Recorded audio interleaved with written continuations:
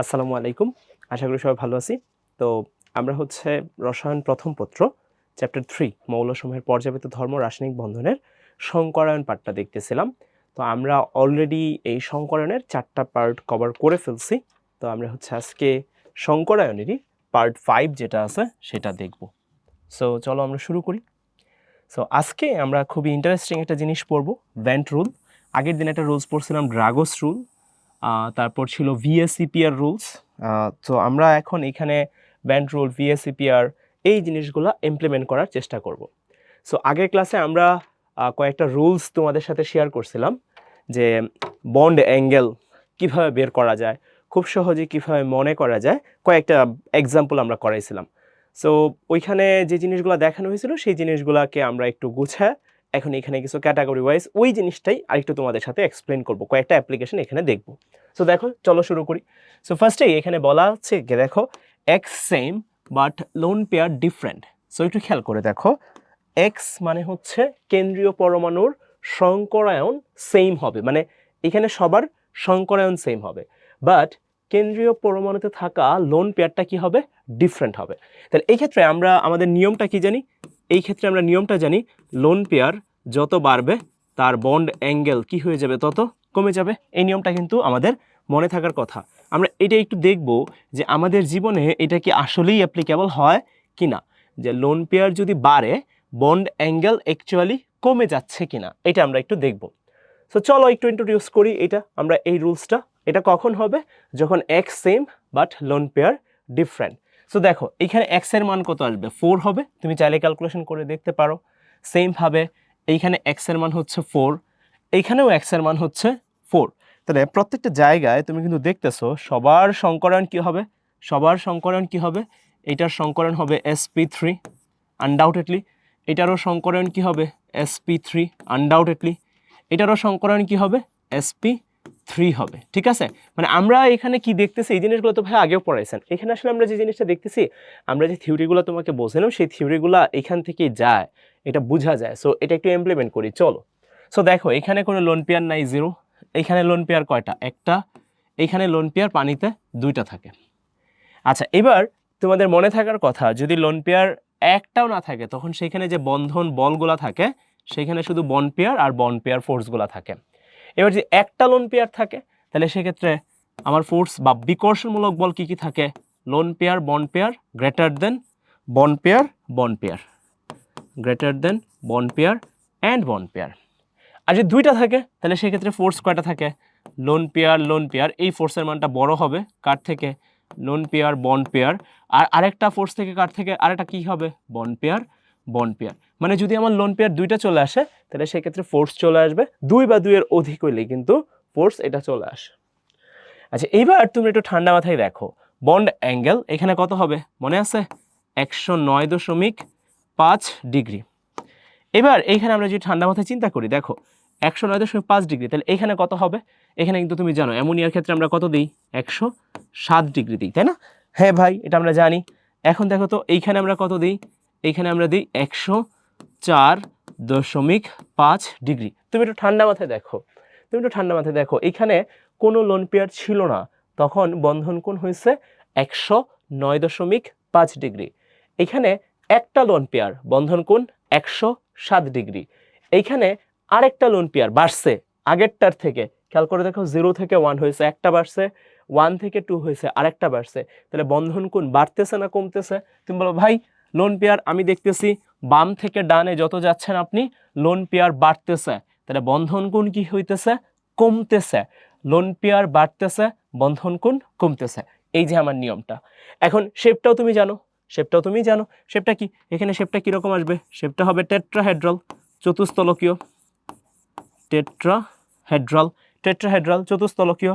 এইখানে এটা trigonal pyramidal, বাংলায় ত্রিকোণাকার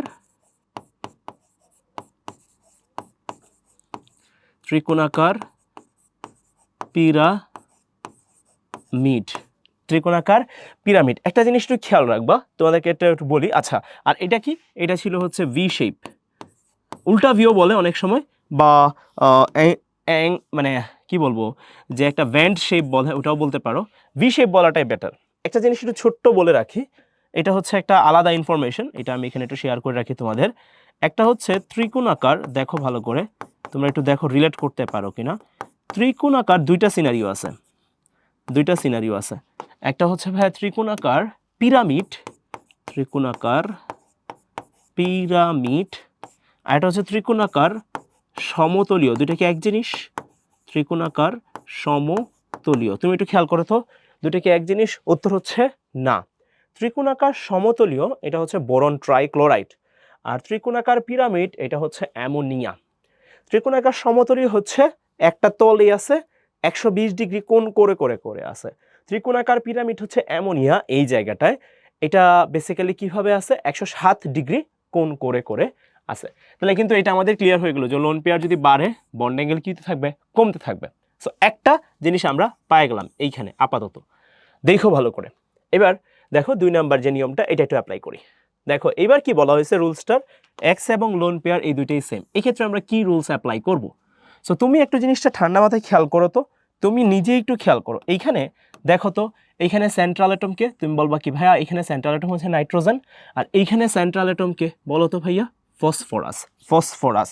তাহলে এক্স এবং লোন পেয়ার সেম, তাহলে আমি কি বলবো সেন্ট্রাল অ্যাটম এটা কি ভাইয়া, এটা কি হয়ে আছে?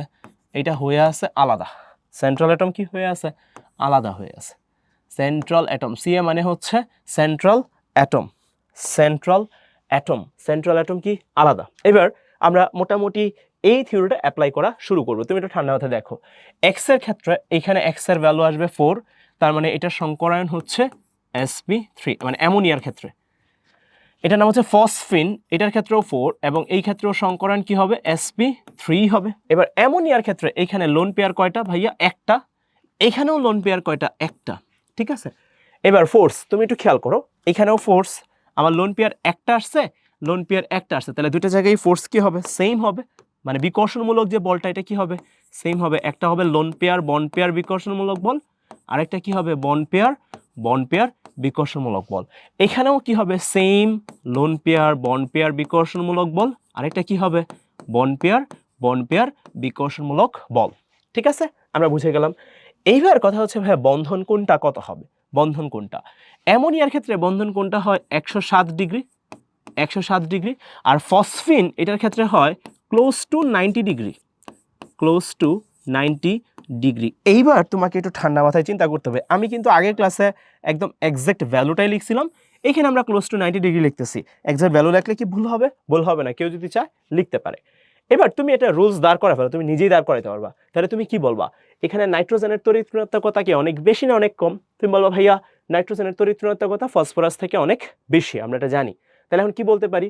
কেন্দ্রীয় পরমাণুর তড়িৎ ঋণাত্মকতা যত বেশি বন্ধন কোণ তত বেশি। খেয়াল করে দেখো, নাইট্রোজেনের তড়িৎ ঋণাত্মকতা কিন্তু ফসফরাস থেকে বেশি। তাহলে এখন আমরা যদি বলি তড়িৎ ঋণাত্মকতা, তড়িৎ ঋণাত্মকতা কার বেশি ভাই? কার বেশি? কার বেশি? কার বেশি? নাইট্রোজেনের থেকে ফসফরাসেরটা বেশি। এটা আমরা বুঝলাম। তাহলে এখন কিন্তু আমরা রুলসটা দাঁড় করায় ফেলতে পারবো। কি রুলস বলবো? আমরা বলবো তড়িৎ ঋণাত্মকতা ইংলিশ হচ্ছে ইলেকট্রো নেগেটিভিটি, তার মানে হচ্ছে ইএন। তাহলে আমরা কি বলবো?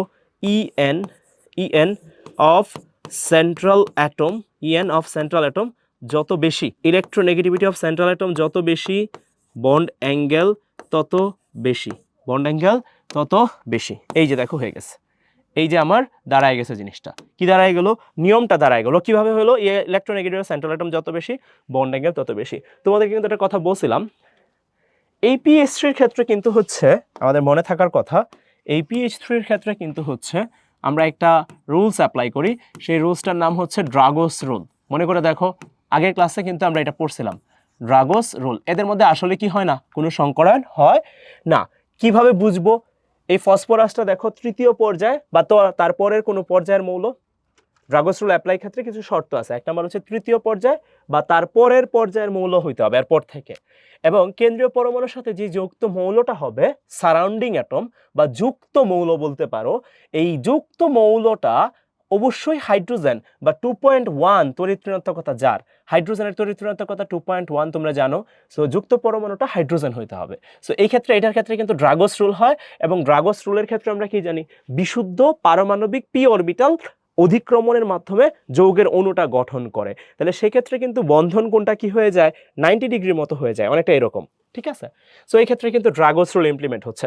আমরা কিন্তু দুইটা রুলস অলরেডি এখানে দেখে ফেললাম, মানে আগের ক্লাসে এই জিনিসগুলো ধাম করে আমি তোমাদের লিখে ফেলছিলাম, তোমাদের জন্য একটা কনফিউশন ক্রিয়েট হতে পারে, সেই কনফিউশনটা সলভ করার জন্য এখন এক্সাম্পল ওয়াইজ এই রুলসটা আমরা দাঁড় করাবো।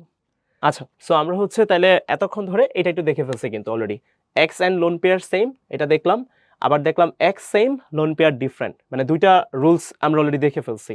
এবার আমরা যেটা দেখবো সেটা হচ্ছে, দেখো এক্সও সেম, সেন্ট্রাল অ্যাটমও সেম, লোন পেয়ারও সেম, সবই সেম, তাহলে ডিফারেন্টটাকে, ডিফারেন্টটা হচ্ছে সারাউন্ডিং অ্যাটম আলাদা, অবশ্যই একটা না একটা কেউ তো আলাদা থাকতে হবে, অ্যান্ড তোমার কাজটা হচ্ছে সেই আলাদাটাকে খুঁজে বের করা।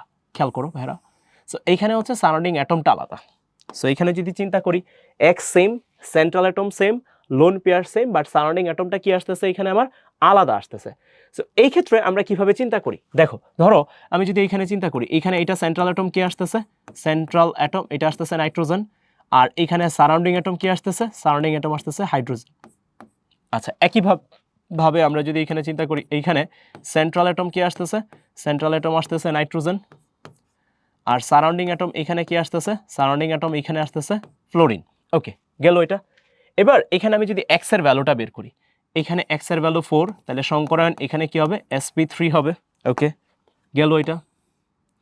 আচ্ছা, একইভাবে এইখানে যদি আমি চিন্তা করি, এখানে হচ্ছে 4, এখানে সংকরায়ন কি হবে, sp3 হবে। আচ্ছা, গেল এটা। দুইটাই আমি কিন্তু সংকরণ বের করে ফেললাম এবং এক্স এর মানটাও বের করে ফেললাম। এবার আমি যদি লোন পেয়ার বের করি, এখানে লোন পেয়ার হচ্ছে একটা, এখানে লোন পেয়ার হচ্ছে একটা, তাহলে এখানে বিকর্ষণমূলক বল কি কি থাকবে, এখানে থাকবে দুইটা, loan pair bond pair greater than bond pair, তারপর থাকবে বন্ড পেয়ার। এখানেও থাকবে loan pair bond pair greater দেন কি থাকবে, বন্ড পেয়ার বন্ড পেয়ার, ঠিক আছে। এইবার তোমাকে বন্ধন কোণটা বের করতে হবে। সো একটু খেয়াল করে দেখো, তুমি একটু খেয়াল করে দেখো তো, সারাউন্ডিং বা যুক্ত পরমাণুর মধ্যে এইটার তড়িৎ ঋণাত্মকতা, এখানে তো central atom same, so central atom দিয়ে চিন্তা করে লাভ নাই, তোমাকে চিন্তা করতে হবে যুক্ত পরমাণু। সো যুক্ত পরমাণু এখানে কি আছে, হাইড্রোজেন, আর এখানে কি আছে, ফ্লোরিন।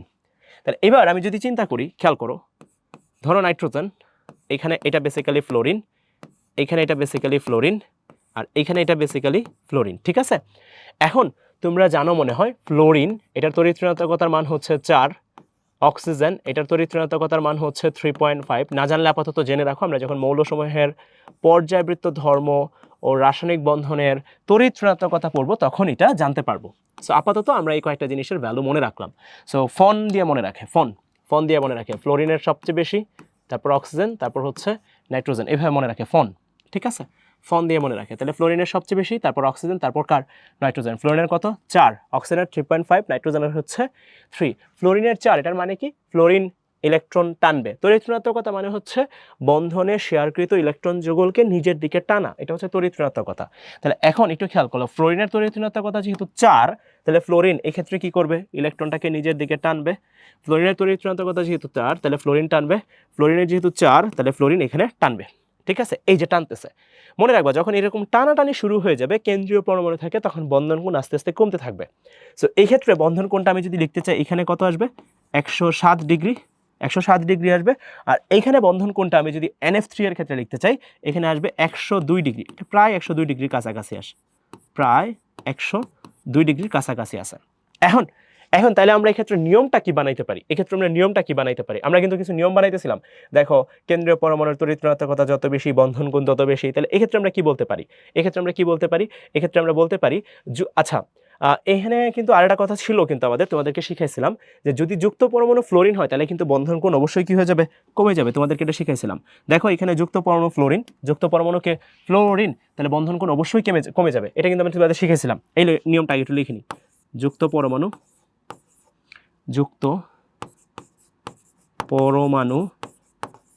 ফ্লোরিন হলে বন্ড অ্যাঙ্গেল অবশ্যই কমবে। যুক্ত পরমাণু ফ্লোরিন হলে বন্ড অ্যাঙ্গেল অবশ্যই কমবে। কি বললাম কথাটা? যুক্ত পরমাণু ফ্লোরিন হলে বন্ড অ্যাঙ্গেল অবশ্যই কমবে, যুক্ত পরমাণু ফ্লোরিন হলে বন্ড অ্যাঙ্গেল অবশ্যই কমবে। এটা আমরা একটা কথা শিখলাম। এখন আমরা, এটা তো একটা মানে রুলস, আরেকটা রুলস আমরা কি বলতে পারি, আরেকটা রুলস বলতে পারি। দেখো, যুক্ত পরমাণুর মধ্যে হাইড্রোজেন আর ফ্লোরিন, ফ্লোরিনের তড়িৎ ঋণাত্মকতা কত এটা কিন্তু আমরা অলরেডি জানি। ফ্লোরিনের তড়িৎ ঋণাত্মকতা হচ্ছে 4 আর হাইড্রোজেনের তড়িৎ ঋণাত্মকতা কত ভাই? 2.1। কার তড়িৎ ঋণাত্মকতা বেশি এখানে? ফ্লোরিনের বেশি। কার থেকে? হাইড্রোজেনের থেকে। তাহলে আমরা কি বলতে পারি? যুক্ত পরমাণুর তড়িৎ ঋণাত্মকতা যত বেশি হবে, সারাউন্ডিং অ্যাটমের তড়িৎ ঋণাত্মকতা যত বেশি হবে, বন্ড অ্যাঙ্গেল কি হয়ে গেছে দেখো 107, 102, তাহলে এটার বন্ড অ্যাঙ্গেল কি হয়ে গেছে? কমে গেছে। তাহলে এখন কি বলতে পারি? নিয়মটা কি বলতে পারি? ইলেকট্রোনেগেটিভিটি অফ সারাউন্ডিং অ্যাটম যত বেশি বন্ড অ্যাঙ্গেল তত কম। যুক্ত পরমাণুর তড়িৎ ঋণাত্মকতা যত বেশি, বন্ড অ্যাঙ্গেল তত কম। যুক্ত পরমাণুর তড়িৎ ঋণাত্মকতা যত বেশি, বন্ড অ্যাঙ্গেল তত কম। এই দেখো, একটা নিয়ম কিন্তু চলে আসছে। আশা করি সবাই এটা মোটামুটি ধরতে পারছি। আচ্ছা, সো যদি এটা বুঝে থাকি, এখন হচ্ছে আমরা এটাতে চলে আসি। এবার একটু খেয়াল করে দেখো, আগের নিয়মটাই আমরা এখানে অ্যাপ্লাই করতেছি, তবে এই ক্ষেত্রে একটু ডিফারেন্ট একটা সিনারি হবে। দেখো একটু খেয়াল করো, NH3 NF3 PH3 PF3 কি চেঞ্জ করছি আমরা? একটু খেয়াল করো তো। নাইট্রোজেন ছিল, এখানে নিয়ে আসছি ফসফরাস, এখানে নিয়ে আসছি ফসফরাস, জাস্ট একটা ছোট্ট চেঞ্জ করছি। তুমি একটু দেখো, আমি একটু তোমাদেরকে লিখি। ধরো এখানে আমি যদি বলি সেন্ট্রাল অ্যাটম কে হবে? সেন্ট্রাল অ্যাটমকে তুমি বলবো ভাইয়া ফসফরাস। যুক্ত পরমাণু হচ্ছে হাইড্রোজেন, যুক্ত পরমাণুকে হাইড্রোজেন। একইভাবে এইখানে আমরা যদি বলি সেন্ট্রাল অ্যাটমকে ফসফরাস, ওকে, যুক্ত পরমাণুকে ফ্লোরিন। এখন আমরা আস্তে আস্তে আগে এখানে এই জায়গাটায় আস্তে আস্তে আমরা ইন্ট্রোডিউস করার চেষ্টা করি। ধরো এখানে x এর মান কত আসবে? 4, এবং এখানে সংকরণ কি আসবে? sp3। আনডাউটেডলি এখানে সংকরণ আসবে sp3। আচ্ছা, এখানে কিন্তু হচ্ছে আমরা ওই যে ড্র্যাগোস রুল যেটা, ওইটা আপাতত ইন্ট্রোডিউস করতেছি না, জাস্ট তোমাদেরকে একটা অ্যাঙ্গুলার মেজারমেন্ট বলতেছি। এখানে কিন্তু চলো সংকরণ হয় না, এখানে কিন্তু আসলে সংকরণ হয় না। বাট যেহেতু x এর ভ্যালু 4 আসছে, x এর ভ্যালু 4 আসবে। কিভাবে আসবে? NH3 দিয়ে চিন্তা করো, বাইরে থাকে হচ্ছে নাইট্রোজেন, বাইরে পণ্য নাম্বার 5টা, তাহলে ফসফরাসের বাইরে থাকবে 5টা, আর হাইড্রোজেন আছে 3টা, m এর ভ্যালু 3, তাহলে 5 + 3 8/2, তাহলে 8/2 4, তাহলে sp3 চলে আসবে। সেম ভাবে একই জিনিস, এটা ফ্লোরিন একযোজি পরমাণু, তাহলে m এর ভ্যালু 3, ফসফরাসের বাইরে 5টা, 5 + 3 8/2, তাহলে এই ক্ষেত্রেও x এর ভ্যালু 4, এবং এইখানেও সংকরণ কি ভাই? sp3। ওকে, সো আমরা মোটামুটি বুঝলাম যে দুইটারই সংকরণ sp3 হয়েছে। আচ্ছা, এক্ষেত্রে লোন পেয়ার আবারও বলতেছি ভাই, আমি এখানে ড্রাগোস রুলটা অ্যাপ্লাই করতেছি না, ঠিক আছে? ওকে, সো এইখানেও লোন পেয়ার একটা। সো এখানে ফোর্স কি আসবে? লোন পেয়ার, বন্ড পেয়ার, আর কি আসবে? বন্ড পেয়ার, তারপর কি আসবে? Bond pair. আর এখানে কি আসবে? Loan pair, bond pair, greater দেন কি আসবে? বন্ড পেয়ার, তারপর কি আসবে? Bond pair. ঠিক আছে? এবার আমি যদি অ্যাঙ্গেল দিতে চাই, এখন তোমাদেরকে আমি একটু আগে শিখাইছিলাম, তোমরা আমাকে বলো তো, তোমরা আমাকে একটু জাস্ট বলো, ভিডিওটা পজ করে, ভিডিওটা তোমরা নিজেরা পজ করে বলো, এইখানে কার বন্ধন কোণ বেশি হবে? তোমাকে যদি বলা হয় কার বন্ধন কোণ বেশি হবে, তো তুমি বলবো ভাই আপনি একটু আগে নিয়ম শিখাইছেন কি? ইলেকট্রোনেগেটিভিটি অফ সারাউন্ডিং অ্যাটম যত বেশি, বন্ড অ্যাঙ্গেল তত কম। ইলেকট্রোনেগেটিভিটি অফ সারাউন্ডিং অ্যাটম যত বেশি, বন্ড অ্যাঙ্গেল তত কম। তাহলে স্বাভাবিকভাবেই এটার তড়িৎ ঋণাত্মকতা বেশি, এটার তড়িৎ ঋণাত্মকতা কম, ফ্লোরিনের তড়িৎ ঋণাত্মকতা বেশি, তাহলে এটার বন্ড অ্যাঙ্গেল কি হয়ে যাবে? কম হয়ে যাবে। এরকম হবে অ্যান্সারটা। হ্যাঁ ভাই, এরকম হবে অ্যান্সারটা। ওকে, লিখলাম। এটা কি বুঝছি না ভাই? এখানে একটা ছোট্ট ঝামেলা হয়েছে। এই যে এইটা হবে অ্যান্সার, সরি, এই যে অ্যামোনিয়া NH3 যেটা আছে, এইটা হবে আচ্ছা আমার অ্যান্সার।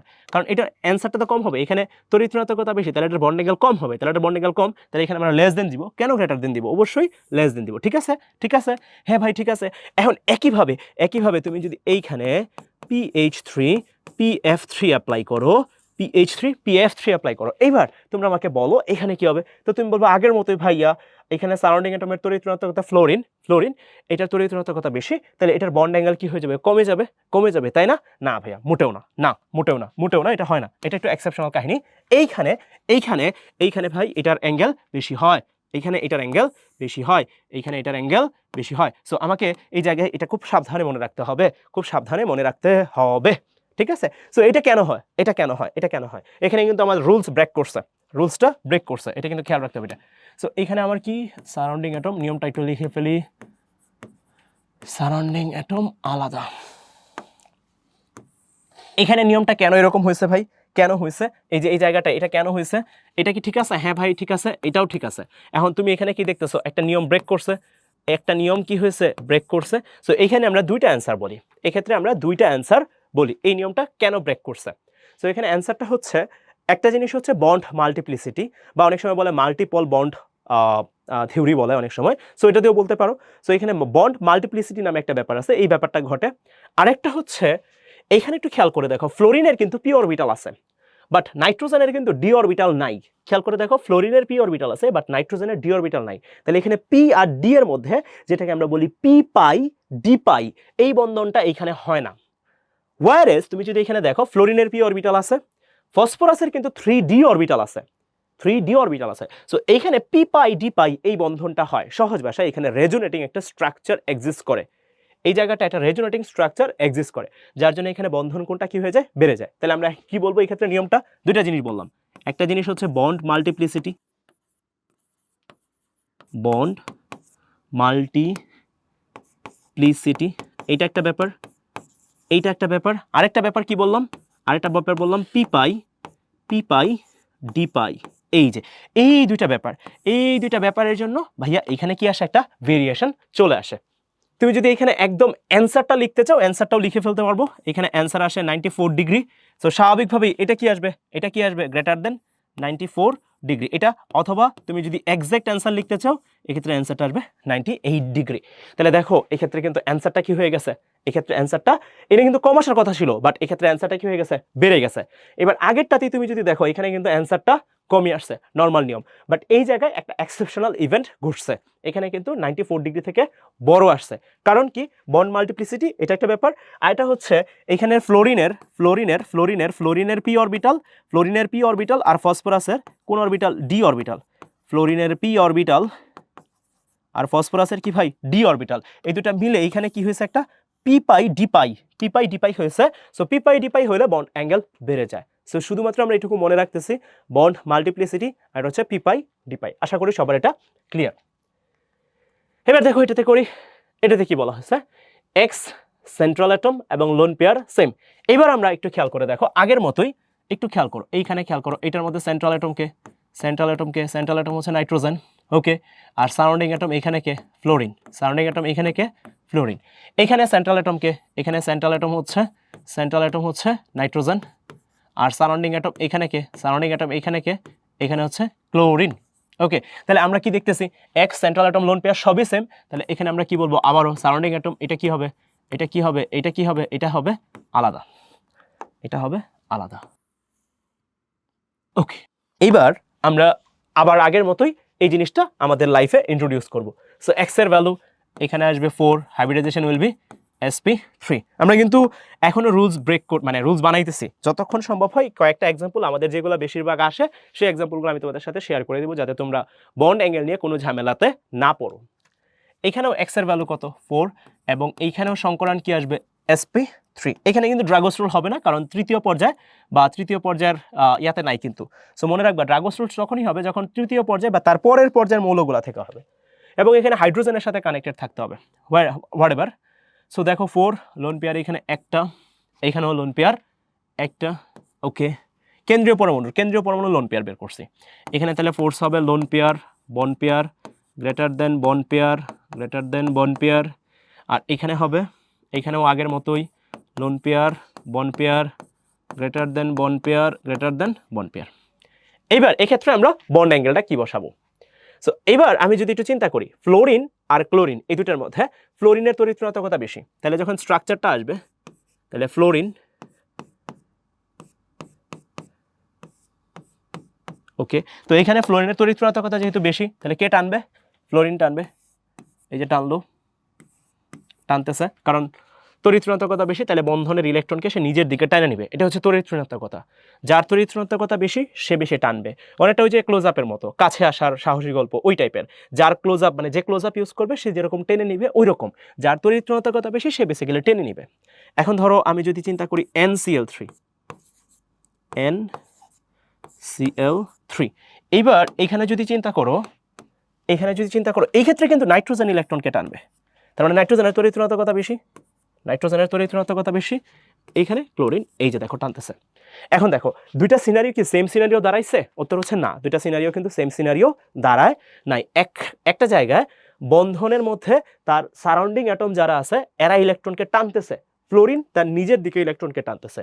অন্যটা জায়গায় দেখা যাচ্ছে তার পাশে যুক্ত যে পরমাণু আছে ক্লোরিন, ওইটা কিন্তু টানতেছে এই জায়গাটায়। তাহলে এখন বন্ধন কোণের ক্ষেত্রে আমরা যখন চিন্তা করতে যাব, এখানে আমার সারাউন্ডিং অ্যাটম নিয়ে থিওরিটা দাঁড় করাইতে হবে। এখানে আমার সারাউন্ডিং অ্যাটম আলাদা, তাহলে সারাউন্ডিং অ্যাটমের থিওরি দাঁড় করাইতে হবে। ওকে, সো এই ক্ষেত্রে আমরা যদি চিন্তা করি সারাউন্ডিং অ্যাটমের, আচ্ছা আমি এই ক্ষেত্রে আগে অ্যান্সারটা লিখে ফেলি। NF3 এটার ক্ষেত্রে অ্যান্সার আসে হচ্ছে 102 degree, close two 2 degree, close প্রায় 102 ডিগ্রি NF3। আর এই ক্ষেত্রে অ্যান্সার আসে প্রায় 107 ডিগ্রি, প্রায় 107 ডিগ্রি, প্রায় 107 ডিগ্রি। এখন তাহলে আমরা কি বলতে পারি এই জায়গাটায়, আমরা কি বলতে পারি সারাউন্ডিং অ্যাটমের দুইটা শর্ত দিয়ে কিন্তু বলতে পারি, দুইটা শর্ত। সারাউন্ডিং অ্যাটমের একটু খেয়াল করো সাইজ কার বেশি, সাইজ কার বেশি ক্লোরিনের বেশি, কার থেকে? ফ্লোরিন থেকে। তাহলে সারাউন্ডিং অ্যাটমের সাইজ যত বেশি বন্ড অ্যাঙ্গেল তত বেশি। মিলে নিয়মটা? মিলবে কিন্তু। দেখো সারাউন্ডিং অ্যাটমের সাইজ যত বেশি হবে, ক্লোরিনের সাইজ বেশি, তাহলে বন্ড অ্যাঙ্গেলটা বেশি হবে। এবার দেখো তো তড়িৎ ঋণাত্মকতা ইলেকট্রোনেগেটিভিটি কার বেশি? ফ্লোরিনের তড়িৎ ঋণাত্মকতা বেশি, কার থেকে? ক্লোরিনের থেকে। ফ্লোরিনের তড়িৎ ঋণাত্মকতা বেশি, কার থেকে? ক্লোরিনের থেকে। ফ্লোরিনের তড়িৎ ঋণাত্মকতা বেশি, ক্লোরিনের থেকে। আচ্ছা তাহলে এখন আমি যে একটু আগে লিখতেছিলাম বন্ড অ্যাঙ্গেল, হ্যাঁ বন্ড অ্যাঙ্গেল কার বেশি হবে? NF3 আর হচ্ছে NCl3। এটা কিন্তু খুব সহজে অ্যান্সার লেখা যেত। তোমাদেরকে একটা নিয়ম শিখাইছিলাম, আমি এটা শিখাইছিলাম যে যুক্ত পরমাণু ফ্লোরিন হলে বন্ড অ্যাঙ্গেল অবশ্যই কমে যাবে। এটা একটা নিয়ম ছিল, যুক্ত পরমাণু ফ্লোরিন হলে বন্ড অ্যাঙ্গেল অবশ্যই কমে যাবে। তাহলে কিন্তু এই নিয়ম অনুযায়ী কিন্তু ফ্লোরিনের বন্ড অ্যাঙ্গেল অলরেডি কিন্তু তোমার কমই ছিল, তোমার ওটা কিন্তু চেক করার খুব বেশি দরকার ছিল না। বাট সবসময় কিন্তু এখানে হয় না, আমরা একটু পরে দেখবো একটু ঝামেলাও হয়েছিল। একটু আগে দেখছিলা এই যে যুক্ত পরমাণু ফ্লোরিন হয়েছে, এখানে কিন্তু একটা ঝামেলা হয়েছিল। হ্যাঁ, সো সবসময় কিন্তু আমরা এটা ইউটিলাইজ করব না। এই ক্ষেত্রে আমরা সারাউন্ডিং অ্যাটমের এই দুইটা ব্যাপারে খেয়াল করব। দেখো সাইজ যার বেশি বন্ড অ্যাঙ্গেল তত বেশি। দেখো ক্লোরিনের সাইজ বড়, তাহলে বন্ড অ্যাঙ্গেল বেশি। ক্লোরিনের ইলেকট্রোনেগেটিভিটি কম, তাহলে তার বন্ড অ্যাঙ্গেল বেশি। তাহলে রিলেশনটা কি দাঁড়াইলো? Bond angle. তোমরা কিন্তু আগের ক্লাসে এই রিলেশনটা দেখছিলাম, আমি কিন্তু ধাম করে লিখে ফেলছিলাম। বন্ড অ্যাঙ্গেল সমানুপাতিক, আমরা কি বলবো? সমানুপাতিক সাইজ অফ সেন্ট্রাল অ্যাটম, সমানুপাতিক সাইজ অফ সেন্ট্রাল অ্যাটম। আর কি বলবো? ক্লোরিনের তড়িৎ ঋণাত্মকতা কম, তাই তার বন্ড অ্যাঙ্গেল বেশি। তাহলে তড়িৎ ঋণাত্মকতার সাথে এটা সম্পর্কটা কিরকম? ব্যস্তানুপাতিক। তাহলে কি বলবো? 1/1 EN অফ এটা সিএ না এসে সারাউন্ডিং অ্যাটম। আমরা তো সারাউন্ডিং অ্যাটম চিন্তা করতেছি না, surrounding atom, size of surrounding atom, যুক্ত পরমাণু। এখানে তো সেন্ট্রাল অ্যাটম সবই সেম, সো সেন্ট্রাল অ্যাটম নিয়ে চিন্তা ভাবনা নাই। এনে কি দিব? সারাউন্ডিং অ্যাটমের সাইজ যত বেশি বন্ড অ্যাঙ্গেল তত বেশি। আর তড়িৎ ঋণাত্মকতার রেসপেক্টে যদি চিন্তা করি, তড়িৎ ঋণাত্মকতা তার কম, তাহলে তার বন্ড অ্যাঙ্গেল বেশি। তাহলে এখানে ব্যস্তানুপাতিক, তাহলে 1/EN অফ সারাউন্ডিং অ্যাটম। এই যে ভাইয়া যুক্ত পরমাণুর তড়িৎ ঋণাত্মকতা যত বেশি বন্ড অ্যাঙ্গেল তত কম, যুক্ত পরমাণুর আকার যত বেশি বন্ড অ্যাঙ্গেল তত বেশি। এই যে আমার একটা পুরা থিওরি দাঁড়ায় গেছে। এই থিওরিটাই কিন্তু আমরা আগে ক্লাসে শুরুর দিকে ওই যে বন্ড অ্যাঙ্গেল যখন আলাপ আলোচনা করতেছিলাম তখন কিন্তু লিখতেছিলাম। সো আশা করি আমরা এই জিনিসটা ধরতে পারছি, কখন কোথায় বন্ড অ্যাঙ্গেল বাড়াবো, কোথায় কমাবো। আচ্ছা, সো আমরা তো এটা এখন বুঝে ফেললাম। সো নাও আমরা হচ্ছে এখন কিছু ছোট কিছু কোয়েশ্চেন আমরা এখন সলভ করি, চলো। সো দেখো কি বলা হয়েছে, rearrange the compound properly with respect to bond angle। এখন এইখানে বন্ড অ্যাঙ্গেলের রেসপেক্টে এটাকে সাজাইতে বলছে। সো একটু চিন্তা করি, দেখো। সো এখানে আমরা কি দেখবো? সো ফার্স্টেই NCl3 আমরা এখানে আমরা কি দেখতেছি? সেন্ট্রাল অ্যাটম, এটার ক্ষেত্রে কি? নাইট্রোজেন। সারাউন্ডিং অ্যাটম এখানে কে ভাই? এখানে হচ্ছে ক্লোরিন। এটার ক্ষেত্রে সেন্ট্রাল অ্যাটম কে? এটার ক্ষেত্রে সেন্ট্রাল অ্যাটম হচ্ছে ফসফরাস। সারাউন্ডিং অ্যাটম কে ভাই? সারাউন্ডিং অ্যাটম হচ্ছে ক্লোরিন। একইভাবে এটার ক্ষেত্রে তুমি যদি চিন্তা করো সেন্ট্রাল অ্যাটম, এটা কে? এটা হচ্ছে আর্সেনিক। আর সারাউন্ডিং অ্যাটম এইখানেও হচ্ছে ক্লোরিন। তাহলে তুমি কি দেখতেছো? ভাই এখানে সারাউন্ডিং অ্যাটমগুলো কি আছে? সেম আছে।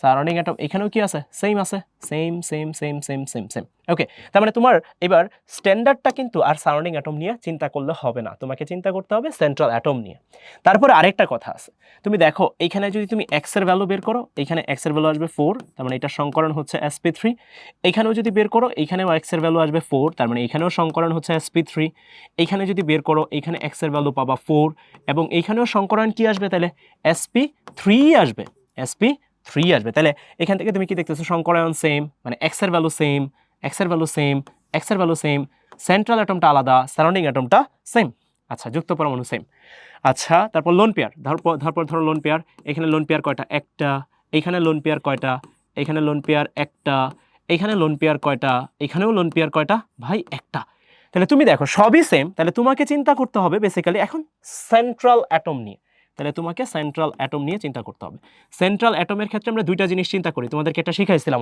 তোমাদেরকে অলরেডি একটা শিখাইছিলাম সেন্ট্রাল অ্যাটমের একটা জিনিস আমি তোমাদেরকে শিখাইছিলাম আর একটা রুলস আমি দেখাই দিচ্ছি এই যে দেখো ইলেকট্রোনেগেটিভিটি অফ সেন্ট্রাল অ্যাটম যত বেশি বন্ড অ্যাঙ্গেল তত বেশি তাহলে এখন আমরা এখানে কি লিখে ফেলবো ইলেকট্রোনেগেটিভিটি এটার সাথে বন্ড অ্যাঙ্গেলের সম্পর্কটা কীরকম এটার সাথে বন্ড অ্যাঙ্গেলের সম্পর্কটা কীরকম সমানুপাতিক বন্ড অ্যাঙ্গেল সমানুপাতিক সমানুপাতিক EN of central atom EN of central atom মানে বন্ড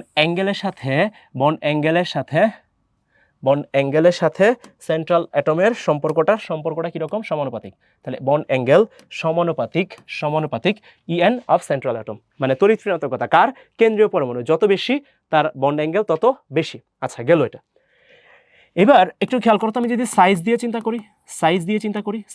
করি বিফোর দ্যাট তোমাদেরকে আমি একটু অ্যান্সারগুলো বলে দিই অ্যান্সারগুলো তোমরা বুঝবা একটু খেয়াল করো তো দেখো তোমরা একটু খেয়াল করো এই যে PCl3 আর AsCl3 মানে ফসফরাস ট্রাইক্লোরাইড আর্সেনিক ট্রাইক্লোরাইড এই যে তিনটা বা দুইটা যৌগ আছে এখানে এই ফসফরাস হচ্ছে তৃতীয় পর্যায়ের মৌল আর্সেনিক হচ্ছে তৃতীয় বা তার পরের পর্যায়ের মৌল বোঝা যায় ভাইয়া বোঝা যায় এবার তোমাদেরকে আমি যদি এইখানে একটু চিন্তা করি যে PCl3 AsCl3 তাহলে এখানে কি দেখা যাচ্ছে ফসফরাসের তড়িৎ ঋণাত্মকতার মান তুমি যদি চিন্তা করো নাইট্রোজেন তারপর হচ্ছে ফসফরাস নলকূপের পানিতে আর্সেনিক সমস্যা বিদ্যমান হ্যাঁ এটা হচ্ছে গ্রুপ 15 নলকূপের পানিতে আর্সেনিক সমস্যা বিদ্যমান বিসমাত এটা হচ্ছে গ্রুপ 15 কাহিনী তাহলে এটা হচ্ছে আমার গ্রুপ 15 ঠিক আছে সো এটা হচ্ছে আমার গ্রুপ 15 নলকূপের পানিতে আর্সেনিক সমস্যা বিদ্যমান গ্রুপ 15 ওকে গেল এটা এবার এখানে আমি যদি বলি তড়িৎ ঋণাত্মকতা সবচেয়ে বেশি কার উপর থেকে নিচের দিকে আসলে তড়িৎ ঋণাত্মকতা কমতে থাকে তাহলে তড়িৎ ঋণাত্মকতা সবচেয়ে বেশি কার নাইট্রোজেনের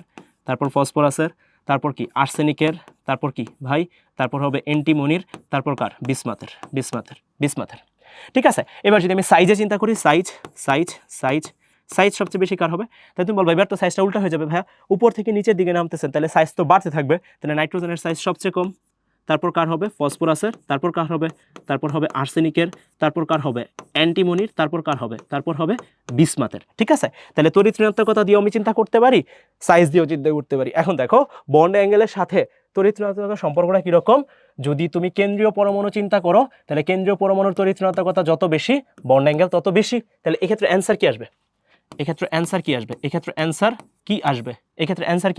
তাহলে এক্ষেত্রে অ্যান্সার আসবে NCl3 এটা সবচেয়ে বেশি তারপর হচ্ছে PCl3 তারপর হবে PCl3 তারপর হবে PCl3 তারপর কি হবে তারপর হবে AsCl3 এটা হবে অ্যান্সার এটা হবে আমার অ্যান্সার এবার আমি যদি সাইজ দিয়ে চিন্তা করি সাইজ দিয়ে একটু কি বলতে পারি সাইজের সাথে বন্ড অ্যাঙ্গেলের সম্পর্কটা কিরকম হবে তাহলে তুমি বলবো ভাই নাইট্রোজেনের সাইজ সবচেয়ে কম এই যে দেখেন নাইট্রোজেনের সাইজ সবচেয়ে কম তাহলে এটার বন্ড অ্যাঙ্গেল সবচেয়ে বেশি তাহলে আমি যদি এখন বলি সেন্ট্রাল অ্যাটমের সাইজের সাথে এটা সম্পর্কটা কিরকম তুমি কি বলবা ভাই সাইজের সাথে বন্ড অ্যাঙ্গেল সমানুপাতিক সাইজ অফ ঠিক আছে না এটা ব্যস্তানুপাতিক হবে ভাইয়া এটা সমানুপাতিক হবে না এটা কি হবে ব্যস্তানুপাতিক তাহলে 1/1 সাইজ অফ সেন্ট্রাল অ্যাটম এই যে দেখো আমরা যে থিওরিটা দাঁড় করাইছিলাম এইখান থেকে যে তুমি থিওরিটা নিয়ে আসতে পারবা তো এই থিওরিটাই কিন্তু আমরা আগে ক্লাসে দাঁড় করাইছিলাম যে যদি সেন্ট্রাল অ্যাটমের আমি যদি চিন্তা করি তড়িৎ ঋণাত্মকতা দিয়েও চিন্তা করতে পারবো সাইজ দিয়েও চিন্তা করতে পারবো সো বন্ড অ্যাঙ্গেল সমানুপাতিক সেন্ট্রাল অ্যাটমের তড়িৎ ঋণাত্মকতা অথবা বন্ড অ্যাঙ্গেল সমানুপাতিক ব্যস্তানুপাতিক সেন্ট্রাল অ্যাটমের সাইজ সো এই হচ্ছে মোটামুটি আমার এই থিওরিটা আচ্ছা, সো মোটামুটি এটাও আমাদের শেষ। এবার হচ্ছে আমরা পরেরটাতে আসি। দেখো এবার কি বলা হয়েছে, রিঅ্যারেঞ্জ দ্য কম্পাউন্ড, আগের মতোই rearrange the compound properly with respect to, এখানেও কি করা হয়েছে, বন্ড অ্যাঙ্গেলের রেসপেক্টে এটাকে রিঅ্যারেঞ্জ করতে বলছে। তো এখানে কে কে আছে, OH2 আছে, OCl2 আছে, আর হচ্ছে কি আছে, OF2। তাহলে এখন আমরা আগের মতোই এখানে যদি একটু চিন্তা করি, এখানে আমার সেন্ট্রাল অ্যাটমকে, central atom oxygen, okay, surrounding অ্যাটমকে এইভাবে এগুলো চিন্তা করতে হবে, সারাউন্ডিং অ্যাটম হচ্ছে হাইড্রোজেন, ওকে গেল। এবার OCl2, এখানে আমার সেন্ট্রাল অ্যাটমকে, সেন্ট্রাল অ্যাটম অক্সিজেন, সারাউন্ডিং অ্যাটমকে, সারাউন্ডিং অ্যাটমকে, সারাউন্ডিং অ্যাটম হচ্ছে ক্লোরিন। আচ্ছা, এখানে আমার কে, এখানে আমার কে, এখানে আমার কে, এখানে সেন্ট্রাল অ্যাটমকে, এখানে সেন্ট্রাল অ্যাটমকে, সেন্ট্রাল অ্যাটমকে, সেন্ট্রাল অ্যাটম হচ্ছে অক্সিজেন, সারাউন্ডিং অ্যাটমকে, সারাউন্ডিং অ্যাটম হচ্ছে ফ্লোরিন। আমি যদি এখন এখানে চিন্তা করি, এখানে এক্সের ভ্যালু কত, এক্সের ভ্যালু 4, এখানে লোন পেয়ার কয়টা ভাই, সেন্ট্রাল অ্যাটমের লোন পেয়ার একটা, এইখানেও আমার এক্সের ভ্যালু কত 4, এখানে আমার লোন পেয়ার কয়টা, লোন পেয়ার আগের মতোই একটা, এখানে যদি চিন্তা করি আমি এক্সের ভ্যালু কত 4, এখানেও আমার লোন পেয়ার কয়টা, একটা, এখানেও আমার কি লোন পেয়ার একটা। ওকে, সো এখন আমরা তাহলে এখন কাকে নিয়ে চিন্তা করব, এখানে তোমার মাথায় এমন প্রশ্ন আসা উচিত, তুমি দেখবা সবসময় ডিফারেন্টকে, তো তুমি দেখতেছো ডিফারেন্টকে, ডিফারেন্ট হচ্ছে সারাউন্ডিং অ্যাটম, সারাউন্ডিং অ্যাটম হচ্ছে হাইড্রোজেন, এইখানেও সারাউন্ডিং অ্যাটম হচ্ছে ক্লোরিন, ডিফারেন্টটাকে খুঁজে বের করতে হবে, এখানে সারাউন্ডিং অ্যাটম হচ্ছে ফ্লোরিন। তাহলে এই যে ডিফারেন্টটা তুমি খুঁজে বের করে ফেলছো, তাহলে তোমাকে এখন সারাউন্ডিং অ্যাটমের ডিফারেন্ট ক্রাইটেরিয়ায় চলে যেতে হবে, মানে যেহেতু ডিফারেন্ট আছে। সো সারাউন্ডিং অ্যাটমের আমরা দুইটা ক্যাটাগরিতে চিন্তা করি, একটা চিন্তা করি ইলেকট্রোনেগেটিভিটি, আর একটা চিন্তা করি হচ্ছে সাইজ। এখন বন্ড অ্যাঙ্গেলের সাথে ইলেকট্রোনেগেটিভিটির বন্ড অ্যাঙ্গেল, এখানেও যদি বন্ড অ্যাঙ্গেল রিলেশন দাঁড় করাই সারাউন্ডিং অ্যাটমের সাথে, বন্ড অ্যাঙ্গেল রিলেশনটা কীরকম আসবে, আমরা কিন্তু এটা পড়ছিলাম, সারাউন্ডিং অ্যাটমের সাথে বন্ড অ্যাঙ্গেলের রিলেশনটা কীরকম ছিল, আমি তোমাদেরকে একটু দেখাই। দেখো এই যে দেখো, ইলেকট্রোনেগেটিভিটি অফ সারাউন্ডিং অ্যাটম যত বেশি বন্ড অ্যাঙ্গেল তত কম, ইলেকট্রোনেগেটিভিটি অফ সারাউন্ডিং অ্যাটম যত বেশি বন্ড অ্যাঙ্গেল তত কম। আরেকটা জিনিস পড়ছিলাম, আরেকটা পড়ছিলাম, আরেকটা পড়ছিলাম, আরেকটা পড়ছিলাম, আরেকটা পড়ছিলাম হচ্ছে কি বলছিলাম, এই যে দেখো বন্ড অ্যাঙ্গেল সমানুপাতিক সাইজ অফ সারাউন্ডিং অ্যাটম, তাহলে সাইজের সাথে সারাউন্ডিং অ্যাটমের সম্পর্কটা কীরকম, সমানুপাতিক। তাহলে দেখো আমরা যদি এখানে চিন্তা করি, এখানে কি বলবো, সাইজের সাথে এখানে কি বলবো, সমানুপাতিক, সমানুপাতিক সাইজ অফ সারাউন্ডিং অ্যাটম সমানুপাতিক 1 ইলেকট্রোনেগেটিভিটি অফ সারাউন্ডিং অ্যাটম। আমরা কিন্তু এগুলো প্রুফ করে করে দেখাইছি তোমাকে অলরেডি, সবগুলো তোমাকে প্রুফ করে করে দেখানো হয়েছে, মানে এক্সাম্পল আকারে আকারে দেখানো হয়েছে সবগুলাই, ঠিক আছে। সো আমরা মোটামুটি এটা এখন শিখে গেলাম। ওকে, এবার এই দুইটা থিওরি আমরা এখানে অ্যাপ্লাই করি, সাইজ অফ সারাউন্ডিং অ্যাটম যত বেশি বন্ড অ্যাঙ্গেল তত বেশি, ইলেকট্রোনেগেটিভিটি অফ সারাউন্ডিং অ্যাটম যদি চিন্তা করো এটার যত বেশি বন্ড অ্যাঙ্গেল তত কম। এবার দেখো আমি একটু চিন্তা করি, আমি ইলেকট্রোনেগেটিভিটি দিয়ে চিন্তা করি, ইলেকট্রোনেগেটিভিটি সবচেয়ে বেশি কার, ফ্লোরিনের, তারপর হচ্ছে ক্লোরিন, তারপর হচ্ছে হাইড্রোজেন। আচ্ছা, আর সাইজ, সাইজ দিয়ে যদি চিন্তা করো তাহলে কি হবে, ক্লোরিন, তারপর হবে ফ্লোরিন, তারপর হবে হাইড্রোজেন। তাহলে এবার তুমি যদি একটু চিন্তা করো, দেখো তো রিলেশনটা কি, মানে মিলতেছে, মানে কোনো কি মানে কোনো প্রপার ধারা আছে, ফ্লোরিনের পরে ক্লোরিন, ক্লোরিনের পরে হাইড্রোজেন। তাহলে এটা যদি সাইজের ক্ষেত্রে চিন্তা করতে, হাইড্রোজেন তারপর হয়তো ক্লোরিন তারপর ফ্লোরিন, এভাবে যদি হইতো তাহলে খুব সুবিধা হইতো, এভাবে খুব সুবিধা হতো। যেরকম ধরো এইখানে যদি চিন্তা করো, এইখানে দেখো নাইট্রোজেনের ইলেকট্রোনেগেটিভিটি সবচেয়ে বেশি, তাহলে নাইট্রোজেনের সাইজ সবচেয়ে কম। দেখছো সম্পর্কটা কিন্তু ঠিক উল্টা আসছে, ফসফরাসের ইলেকট্রোনেগেটিভিটি নাইট্রোজেনের থেকে কম, আর্সেনিক থেকে বেশি, সাইজের ক্ষেত্রেও সেম, আর্সেনিকের সাইজ বেশি, ফসফরাসের সাইজ কম। দেখো ব্যস্তানুপাতিক, মানে উল্টা একটা সম্পর্ক আছে। বাট এইখানে কিন্তু একটা ঝামেলা হয়ে যাচ্ছে, এখানে যদি একটা ঝামেলা হয়ে যাচ্ছে, তুমি যদি এটা অনুযায়ী সাজাইতে যাও, দেখো তুমি যদি এটা অনুযায়ী সাজাইতে যাও তাহলে সবচেয়ে বেশি, দেখো এটা তড়িৎ ঋণাত্মকতা সবচেয়ে বেশি, তাহলে তড়িৎ ঋণাত্মকতার সাথে বন্ড অ্যাঙ্গেলের সম্পর্কটা ব্যস্তানুপাতিক, তাহলে এটার বন্ড অ্যাঙ্গেলটা সবচেয়ে কম হওয়া উচিত। তাহলে দেখো কিরকম হওয়া উচিত, OF2, তারপর কি হওয়া উচিত, OCl2, OCl2, তারপর কি হওয়া উচিত, OH2, এটা হওয়া উচিত। আবার যদি তুমি এটা অনুযায়ী সাজাও, এই যে এটা অনুযায়ী যদি সাজাও তাহলে কি হবে, ক্লোরিনের সাইজ, সাইজের সাথে সম্পর্ক কি, সমানুপাতিক, তাহলে ক্লোরিনের সাইজ সবচেয়ে বড়, তাহলে ক্লোরিনের বন্ড অ্যাঙ্গেল সবচেয়ে বড় হওয়া উচিত। তারপর কি হওয়া উচিত, OF2, তারপর হওয়া উচিত OF2, তারপর কি হওয়া উচিত, OH2। এবার কথা হচ্ছে ভাইয়া দেখো তো কোনো ঠিকঠাক সম্পর্ক আসছে কিনা, ঠিকঠাক মিলছে কিনা, দেখো তো এইটা এটা কোনোটা কি মিলছে, উত্তরে ভাইয়া কোনোটা কি মিলছে, ফ্লোরিনেরটা সবচেয়ে কম, আর এখানে বলতেছে পানিরটা সবচেয়ে কম। OH2 মানে কিন্তু হাইড্রোজেন, মানে হাইড্রোজেন দুইটা, অক্সিজেন একটা, তাহলে পানি।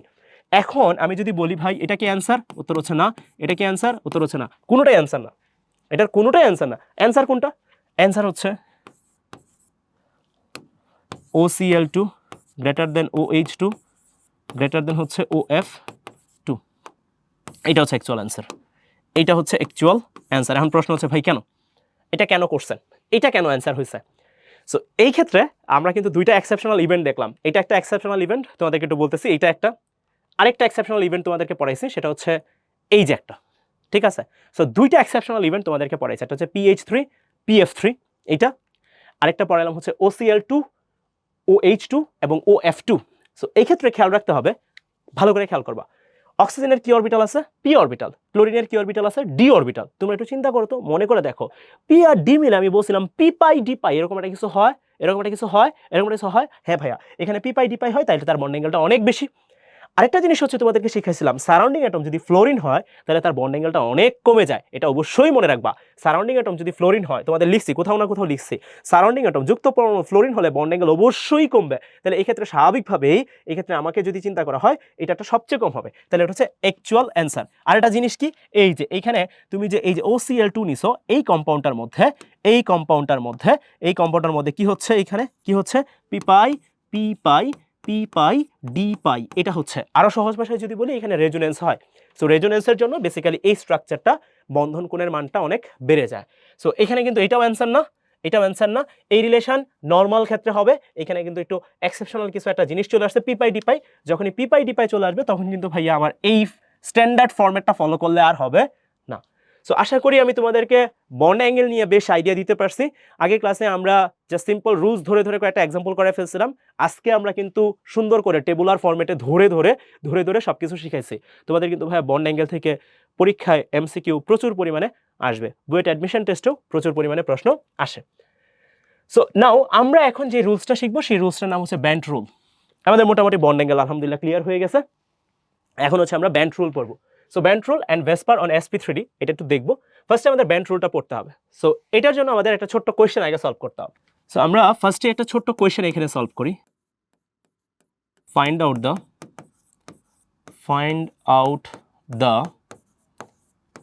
The percentage of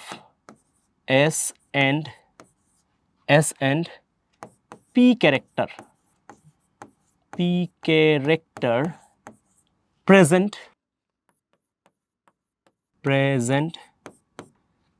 in the bond pair of ammonia। ঠিক আছে, এইটা আমাকে কোয়েশ্চেনটা বের করতে বলছে। একটু মনোযোগ দিয়ে ভাইরা, ব্যান্ড রুলটা বোঝার জন্য আমাকে এই কোয়েশ্চেনটা একটু ভালো করে বুঝতে হবে। অ্যান্ড এই কোয়েশ্চেনটা বেশ ইন্টারেস্টিং, তুমি যদি বুঝো তাহলে অনেক কিছুই বুঝে যাবা। যে স্ট্রাকচার আমি যেরকম তোমাদেরকে ওই যে ফুল খুলে খুলে দেখাইছিলাম, ওরকমভাবে তুমি বুঝবা জিনিসটা। সো এখানে কি বলা হয়েছে, find out the percentage of S and P character present in the bond pair of ammonia. So তোমাকে বের করতে বলছে বন্ড পেয়ারে S and P ক্যারেক্টার বের করতে বলছে। তুমি একটু ঠান্ডা মাথায় চিন্তা করো, তুমি বলবে ভাই এটা তো বের করার দরকার নাই। কেন দরকার নাই? তুমি দেখো অ্যামোনিয়া, এটা সংকরায়ন কি, sp3। তাহলে S ক্যারেক্টার কত হবে? তুমি ভাই আপনি শিখাইছেন sp3, তো তাহলে S আছে একটা, আর টোটাল হচ্ছে 4টা, P3 সহ 4টা না, S একটা P 3টা, তাহলে 4টা। তাহলে S ক্যারেক্টার কত হবে? S এর হবে উপরে 1 বাই P ক্যারেক্টার 3টা আর S ক্যারেক্টার একটা, মানে টোটাল যদি চিন্তা করো তাহলে 1/4 × 100%। তাহলে 1/4 × 100%, তার মানে কত আসবে? 25%। তাহলে S এর ক্যারেক্টার কত আসবে? 25%। তো বের করার দরকারই নেই। দেখো আমরা এটা তো বের করছিলাম। এখন আমি এই ব্যান্ড রুলটা অ্যাপ্লাই করার জন্য আমি ওই S ক্যারেক্টারটা আবার বের করব ইউজিং এ ফর্মুলা। এই ফর্মুলাটা হচ্ছে S ক্যারেক্টার বের করার জন্য আমরা ইউজ করি। দেখো ফর্মুলাটা কি। সো এটা আমরা সলভ করি, চলো। ফর্মুলাটা হচ্ছে cos θ = S divide by S minus 1 equal P minus 1 divide by P। মানে সহজ ভাষায় তুমি যদি এই পাঁচটা, মানে এই দুটার অনুপাত ইউজ করো তাহলে পাবা S ক্যারেক্টার, আর প্রথম আর তৃতীয় অনুপাত ইউজ করলে পাবা তুমি P ক্যারেক্টার। সহজ ভাষায় S ক্যারেক্টার বের করলে P ক্যারেক্টার অনেক ইজিলি বের হয়ে যায়। সো এটা বাদ দিলেই চলে আসে। সো এখানে থেটাটা কি? এখানে থেটাটা হচ্ছে বন্ড অ্যাঙ্গেল, এখানে থেটাটা হচ্ছে বন্ড অ্যাঙ্গেল। এই ফর্মুলার সাহায্যে আমরা খুব সহজেই S ক্যারেক্টার আর P ক্যারেক্টার বের করতে পারি। চলো বের করে ফেলি। এখন অ্যামোনিয়ার বন্ড অ্যাঙ্গেল তো তুমি জানো, cos 107 ডিগ্রি। আমি আপাতত S এরটাই বের করতেছি, তাহলে S divide by S minus 1। তাহলে এখন তুমি যদি জিজ্ঞেস করা হয়, আমরা যদি বের করি, চলো বের করি। তাহলে cos 107 দ্বারাও আসতেছে। সো এখান থেকে হচ্ছে আমরা S এর ভ্যালু পাওয়া যাব এখান থেকে এস এর ভ্যালু আসবে 0.23 এস এর ভ্যালু আসবে 0.23। আচ্ছা, সো আমরা তাহলে এই ফর্মুলার সাহায্যে কি বের করে ফেললাম, অলরেডি বের করলাম যে অ্যামোনিয়ার যে বন্ড পেয়ারটা আছে না, অ্যামোনিয়া কিন্তু আমরা বন্ড পেয়ারে বের করছি, খেয়াল করবা বন্ড পেয়ারে আমরা এস ক্যারেক্টার কত পাইছি 0.23। একটু খেয়াল করো 0.23%, মানে তাহলে অ্যাকচুয়ালি 23%। তুমি যদি চিন্তা করো আশা উচিত ছিল কত পার্সেন্ট, 25%। আচ্ছা, তাহলে এখন পি ক্যারেক্টার কত হবে, তাহলে স্বাভাবিকভাবেই তাহলে এখন তুমি বলবা ভাইয়া পি ক্যারেক্টার তো বাকিটা, তাহলে 100 মাইনাস 0.23, 1 মাইনাস 0.2, তো পুরোটা তো 100 মানে 1 আর কি, তাহলে 1 মাইনাস অ্যান্সার, তাহলে এটা আসতেছে 0.77, ঠিক আছে। সো পি ক্যারেক্টার আসছে কত 0.77, পি ক্যারেক্টার কত আসছে 0.77। এবার এই জিনিসটাই আমি যদি তোমাকে একটু বলি, এইটাই একটু ডিফারেন্ট ওয়েতে তোমাকে একটু বলি, তোমরা একটু শোনো আমার সাথে, দেখো বুঝো কিনা। আমরা এই সেম কোয়েশ্চেনটাই আবার একটু সলভ করব এই কোয়েশ্চেনটাই, find out the percentage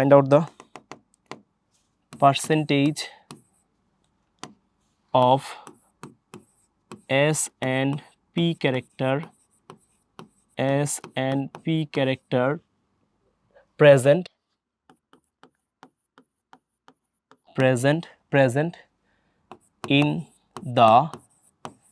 in the lone pair of ammonia, ঠিক আছে। সো এই যে দেখো ভাইয়া আমি এটা দিলাম, ধরো এই কোয়েশ্চেনটা তোমাকে দিলাম, find out the percentage of s and p character present in the lone pair. এবার কিন্তু আমি দিছি তোমাকে লোন পেয়ারের মধ্যে কি পরিমাণ এস এন্ড পি ক্যারেক্টার আছে। আগেরটা কি দিছিলাম ভাই, আগেরটা দিছিলাম, একটু প্রশ্নটা একটু খেয়াল করো, find out the percentage of s and p character present in the bond pair of ammonia. এবার দিছি find out the percentage of s and p character present in the lone pair of ammonia. তো এইবার কিন্তু আমাকে loan pair of অ্যামোনিয়াতে কি পরিমাণ S and p character আছে এটা বের করতে হবে। আর এখানে কি দেওয়া হয়েছিল বন্ড পেয়ার অলরেডি তুমি জানো 0.23। তাহলে এবার তুমি একটু চিন্তা করো NH3, এটাকে তুমি যদি একটু স্ট্রাকচারালি চিন্তা করো, এখানে নাইট্রোজেন এবং হাইড্রোজেন, তাই না? তাহলে কয়টা নাইট্রোজেন, একটা নাইট্রোজেন আর তিনটা কি হাইড্রোজেন বন্ধনে কানেক্টেড আছে। তাহলে এখানে কানেক্ট করো হাইড্রোজেন, তারপর হচ্ছে হাইড্রোজেন। তাহলে এখানে আমার এই যে এই জায়গায় কি আছে, লোন পেয়ার আছে। এটার তুমি যদি ডায়াগ্রামটা এইখানে এইভাবে না এঁকে, আচ্ছা এটা আমি একটু নিচে আঁকি, মুছে দিলে হয়তো, আচ্ছা সমস্যা নেই। এই হচ্ছে আমার লোন পেয়ার স্ট্রাকচারটা, এই লোন পেয়ার, এই হাইড্রোজেন, এই হচ্ছে আমার হাইড্রোজেন, ঠিক আছে। সো এই হচ্ছে আমার মোটামুটিভাবে অ্যামোনিয়া স্ট্রাকচার। এখন তুমি একটু খেয়াল করে দেখো, এস এর মান হচ্ছে 0.23, এস এর মান কি 0.23, আর পি এর মান হচ্ছে 0.77। এটা কোন পেয়ারে? বন্ড পেয়ারে। খেয়াল করো ভাইরা, ভালো করে খেয়াল করো, এটা কোন পেয়ারে ভাই? এটা হচ্ছে বন্ড পেয়ারে। তাহলে বন্ড পেয়ারে একটা বন্ড পেয়ারে আছে 0.23, তাহলে তিনটা বন্ড পেয়ারে কত আছে? তিনটা বন্ড পেয়ারে তুমি একটু খেয়াল করো। তাহলে একটা এসে আছে, মানে একটা বন্ড পেয়ারে আছে, এখানে এস আছে 0.23, তাহলে এরকম বন্ড পেয়ার আছে কয়টা? তিনটা। তাহলে তিনটা বন্ড পেয়ারে এস এর percentage of S in bond pair কত আছে? তাহলে তুমি বলবো ভাই একটা এসে আমি জানি, মানে একটা বন্ধনে আছে 0.23, তাহলে আমার বন্ধনে আছে একটা, দুইটা, তিনটা, তাহলে তিনটা বন্ধনে কত হবে?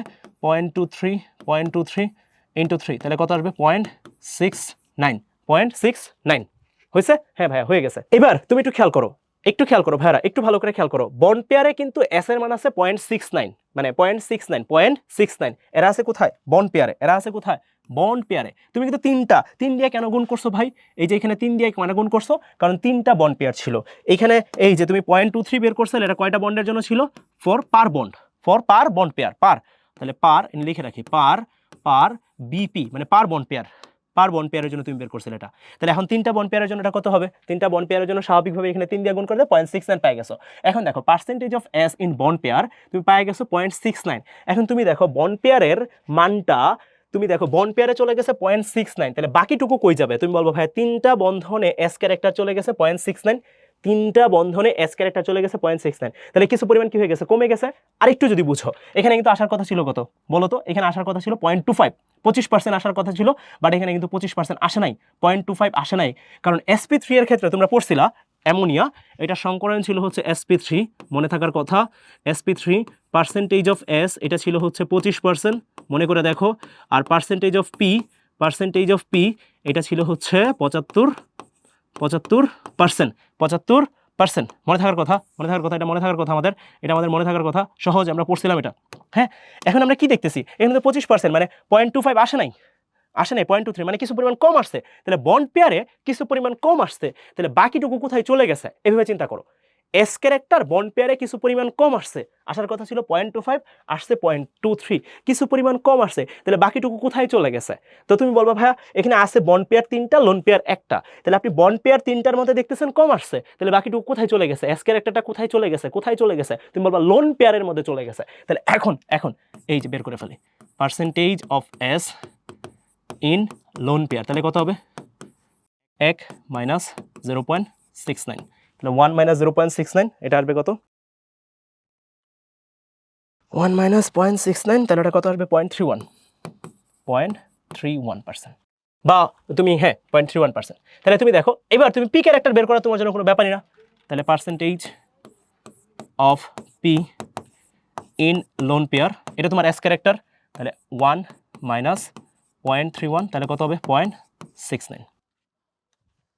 তাহলে এখন পুরো জিনিসটা আমরা একটু সাম আপ করি, সবাই একটু খেয়াল করো, ভাইরা একটু খেয়াল করো, একটু মনোযোগ দিও ভাইরা, কারণ আমরা এখান থেকে কিছু ডিসিশন নিয়ে নিব, আমাদের জীবন যুদ্ধের কিছু ডিসিশন নিয়ে নিব। ওকে, সো আমরা একটু চিন্তা করি, দেখো আমরা অ্যামোনিয়াকে নিয়ে চিন্তা করতেছিলাম, অ্যামোনিয়ার সংকরায়ন ছিল sp3, তাহলে তার এস ক্যারেক্টার কয় পার্সেন্ট আসবে? 25%, পি ক্যারেক্টার কয় পার্সেন্ট আসবে? 75%, হইলো? হ্যাঁ ভাই হয়েছে। এটা হচ্ছে নর্মাল, এটা নর্মাল মানুষজন চিন্তা যদি করে। এখন আমরা একটা ফর্মুলা পাইছি যেটা হচ্ছে cos θ = s/s-1, এটা দিয়ে আমরা s ক্যারেক্টার বের করি। এখন আমি এই অ্যামোনিয়ার ক্ষেত্রে বন্ধন জোড় আছে 3টা, 1টা 2টা 3টা, আমি প্রতি বন্ধন জোড়ে কি পরিমাণ s ক্যারেক্টার আছে এটা বের করার জন্য এই ফর্মুলাটা অ্যাপ্লাই করছি। cos θ = s/s-1 = p-1/p, এটা দিয়ে তুমি p ক্যারেক্টার বের করবা, এটা দিয়ে তুমি s ক্যারেক্টার বের করবা। সো আমি s ক্যারেক্টার বের করে দেখছি 0.23 আসছে, আসার কথা ছিল 0.25, তার মানে কিছু পরিমাণ এস ক্যারেক্টার কমে গেছে। তাহলে তুমি বলবা বন্ধন জোড়ের মধ্যে যদি এস ক্যারেক্টার কমে যায় থাকে, তাহলে এটা কোথায় গেছে? তুমি আমরা বলো এটা কোথায় গেছে? তো তুমি বলবা এটা তো খুবই সহজ, এটা খুবই সহজ ভাই, এটা লোন পেয়ারে চলে যাবে। এক্স্যাক্টলি ভাইয়া, মনে রাখবা এস ক্যারেক্টার কোথায় যায়? লোন পেয়ারে যায়। এস ক্যারেক্টার কোথায় যায়? লোন পেয়ারে যায়। এই যে কমে গেছিল এস ক্যারেক্টার কই যায়? লোন পেয়ারে যায়। এটা মনে রাখবা, ভালো করে মনে রাখবা, এস ক্যারেক্টার কই যায়? লোন পেয়ারে যায়, এটা মনে রাখবা, এই জিনিসটা ভালো করে। তো আমি লিখে রাখি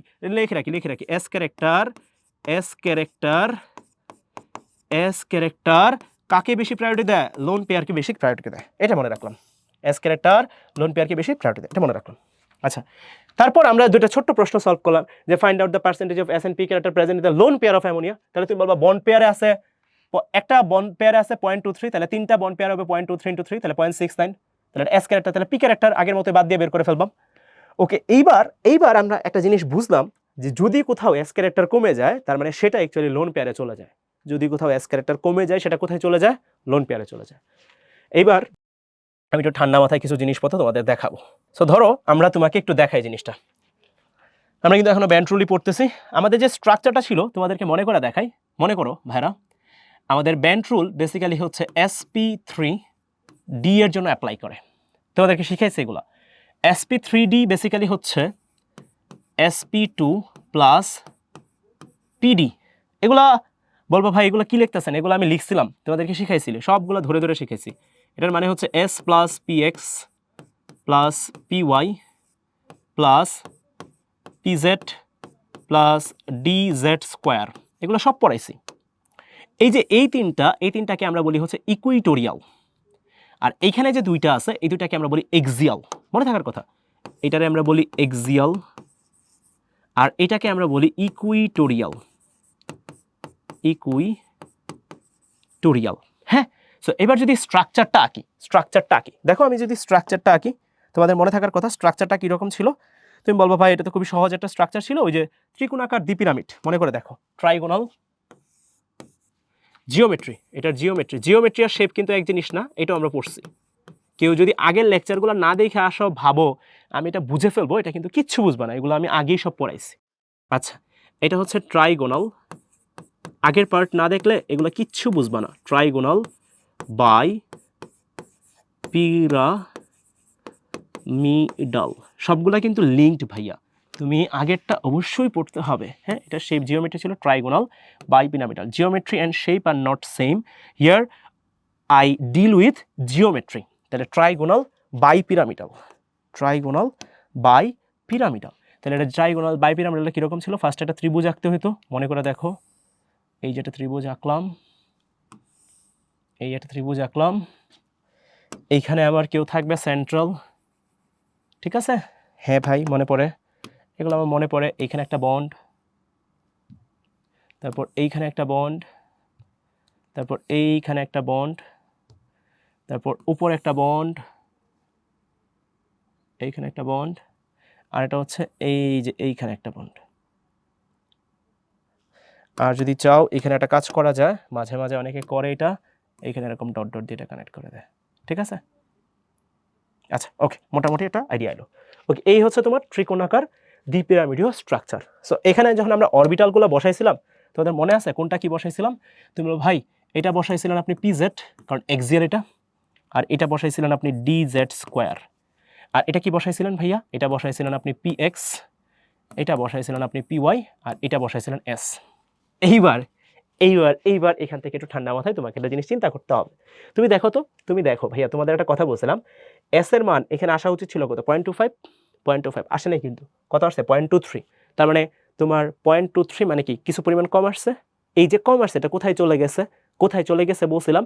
তুমি বলবো ভাইয়া বন্ড পেয়ার আছে তিনটা বন্ড পেয়ারেই এস এর মান কম আসছে। তাহলে এই তিনটা বন্ড পেয়ারে যে পরিমাণ এস এর মান কম আসছে, এটা কোথায় চলে যাবে? এটা চলে যাবে লোন পেয়ারে। কোথায় চলে গেছে ভাই? লোন পেয়ারে চলে গেছে। কোথায় চলে গেছে ভাই? লোন পেয়ারে চলে গেছে। কোথায় চলে গেছে? লোন পেয়ারে। তাহলে এখন তুমি আমার বলো এইখানে তুমি কোথায় লোন পেয়ারকে বসাবা? তা তুমি বলবো ভাই আপনি একটু আগে আমাদের শিখাইছেন যে এস এর মান যদি কমে যায় কোথাও, কোনো একটা জায়গায় যদি কোথাও এরকম হয় কমে যায়, তাহলে আমি জানি এই কমে যাওয়া পরিমাণটা লোন পেয়ারে চলে যায়। আরো সহজ ভাষায় এস যেখানে আছে সেখান থেকে লোন পেয়ার নিয়ে নিবে, এস যেখানে আছে সেখান থেকে লোন পেয়ার নিয়ে নিবে। তাহলে সহজ ভাষায় এস যেখানে আছে সেখানে যায় লোন পেয়ার থাকার চেষ্টা করবে। তাহলে আমি কি বলতে পারি এটা কোনোভাবে এস যেখানে আছে লোন পেয়ার সেখানেই বসবে? এস যেখানে আছে লোন পেয়ার সেখানেই বসবে, এটা কি বলতে পারি?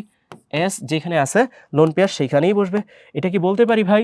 এটা কি বলতে পারি? এটা কি বলতে পারি? উত্তর হচ্ছে হ্যাঁ ভাই, আপনি এটা বলতে পারেন। এইটা হচ্ছে সবচেয়ে ইম্পর্টেন্ট কথা, সবার আগে আমি লোন পেয়ারকে প্রায়োরিটি দিব।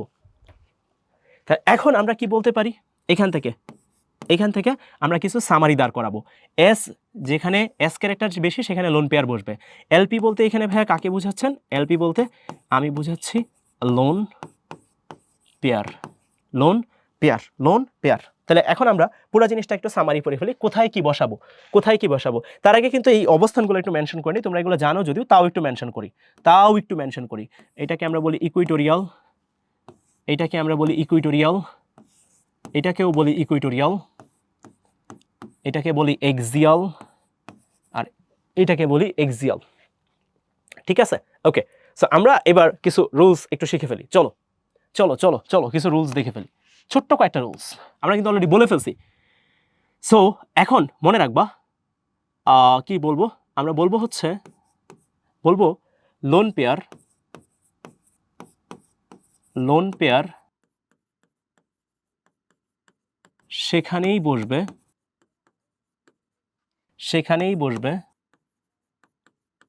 যেখানে এস চরিত্র বেশি, যেখানে এস চরিত্র বেশি। এটা খুবই ইম্পর্টেন্ট একটা কথাবার্তা।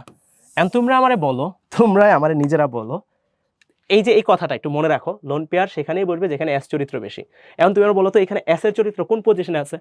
এস এর চরিত্র এখানে কোন পজিশনে আছে? ইকুইটোরিয়াল না এক্সিয়াল? ইকুইটোরিয়াল নাকি এক্সিয়ালে এস এর চরিত্র আছে? কোন পজিশনে? ইকুইটোরিয়াল। তার মানে ইকুইটোরিয়াল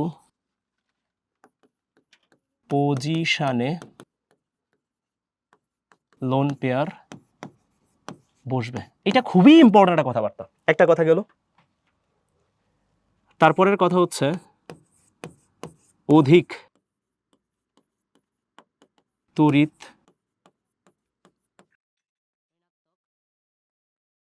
মৌল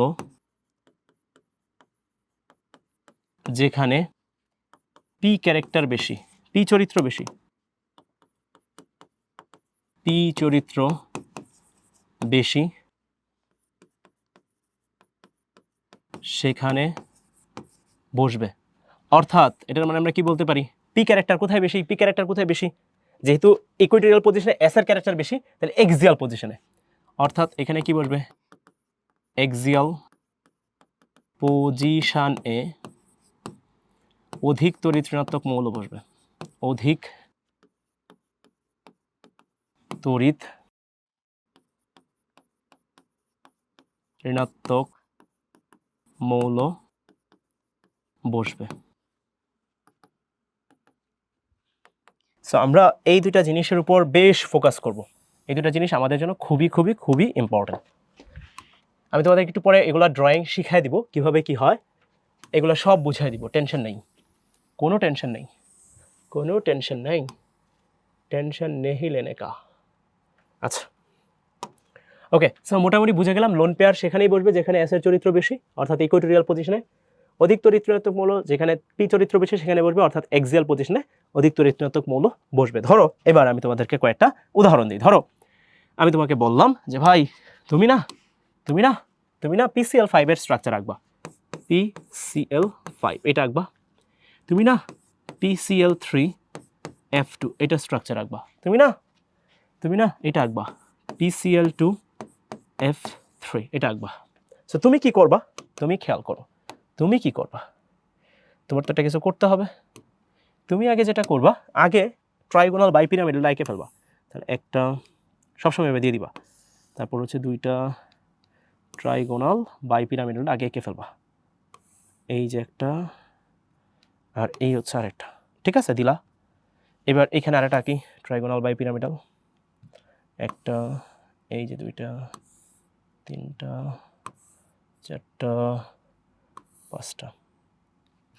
ওকে, সো আগের মতোই একটা, দুইটা, তিনটা, চারটা, পাঁচটা, ঠিক আছে মোটামুটি। এইবার আমরা বসাই দিই, চলো বসাই দিই।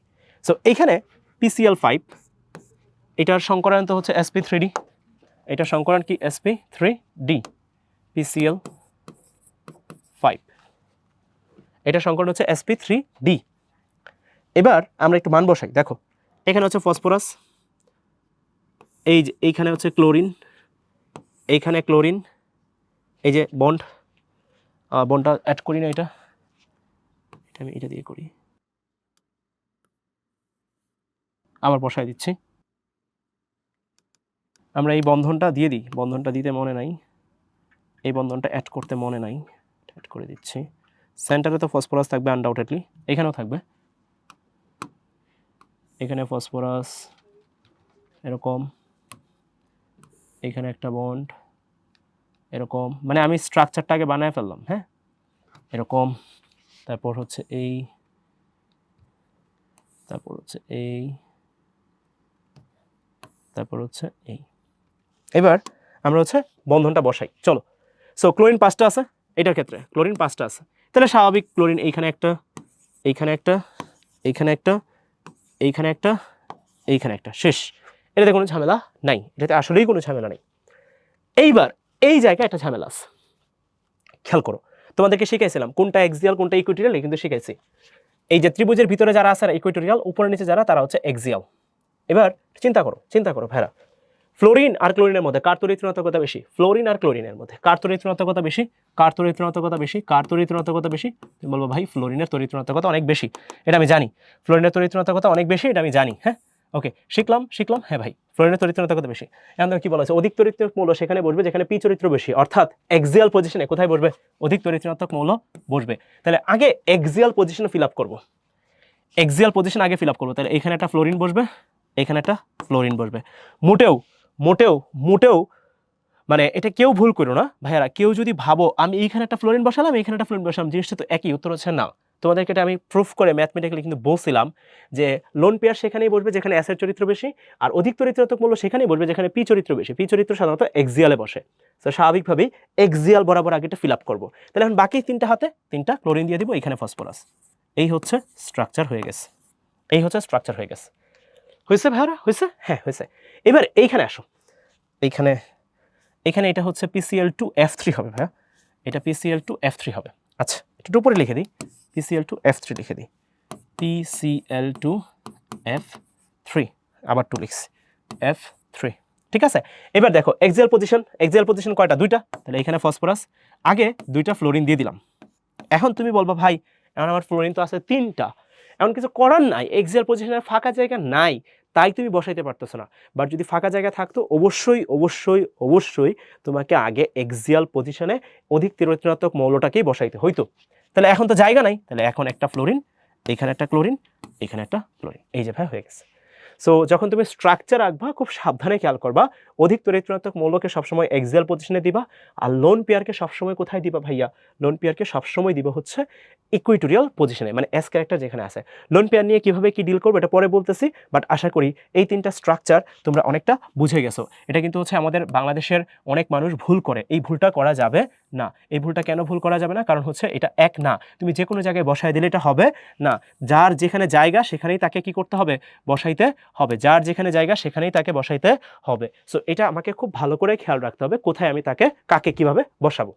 নাও আমরা যদি এখন এই পুরো জিনিসটা সব বুঝে থাকি, এইটা তারপর হচ্ছে এই ম্যাথটা আসলে এখানে ম্যাথ না, এই ম্যাথটা লাগবে না তোমার বোর্ড লেভেলে, বাট এটা বুঝার জন্য যে লোন পেয়ারকে আমি কোথায় বসাবো এটা বুঝার জন্য এই জিনিসগুলো দেখানো। এইবার আমরা হচ্ছে স্টেপ বাই স্টেপ একটু আগাই। দেখো এখানে কি বলা হয়েছে, sp3d with zero lone pair, sp3d with zero lone pair, জিনিসটা অনেক সহজ। তার মানে এখন একটু চিন্তা করো তো, এক্স এর ভ্যালু কত? 5, লোন পেয়ার কত ভাইয়া? লোন পেয়ার কত? 0, লোন পেয়ার কত? 0, তাহলে এক্স এর ভ্যালু 5, লোন পেয়ার 0, এটা কোন কন্ডিশন? এটা স্ট্যান্ডার্ড কন্ডিশন। এটা কি স্ট্যান্ডার্ড কন্ডিশন না? হ্যাঁ ভাই এটা স্ট্যান্ডার্ড কন্ডিশন বা শর্ত, স্ট্যান্ডার্ড কন্ডিশন বা শর্ত, এটা হচ্ছে আমার স্ট্যান্ডার্ড কন্ডিশন। ওকে, সো আমি স্ট্যান্ডার্ড কন্ডিশন পেয়ে গেলাম।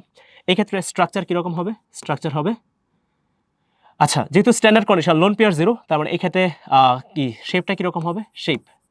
শেপ কীরকম হবে তুমি কিন্তু অলরেডি জানো, ত্রিকোণাকার টিবিপি জিওমেট্রি, টিবিপি ট্রাইগোনাল বাইপিরামিডাল। আমি একটু বাংলায় লিখে দিই, এটা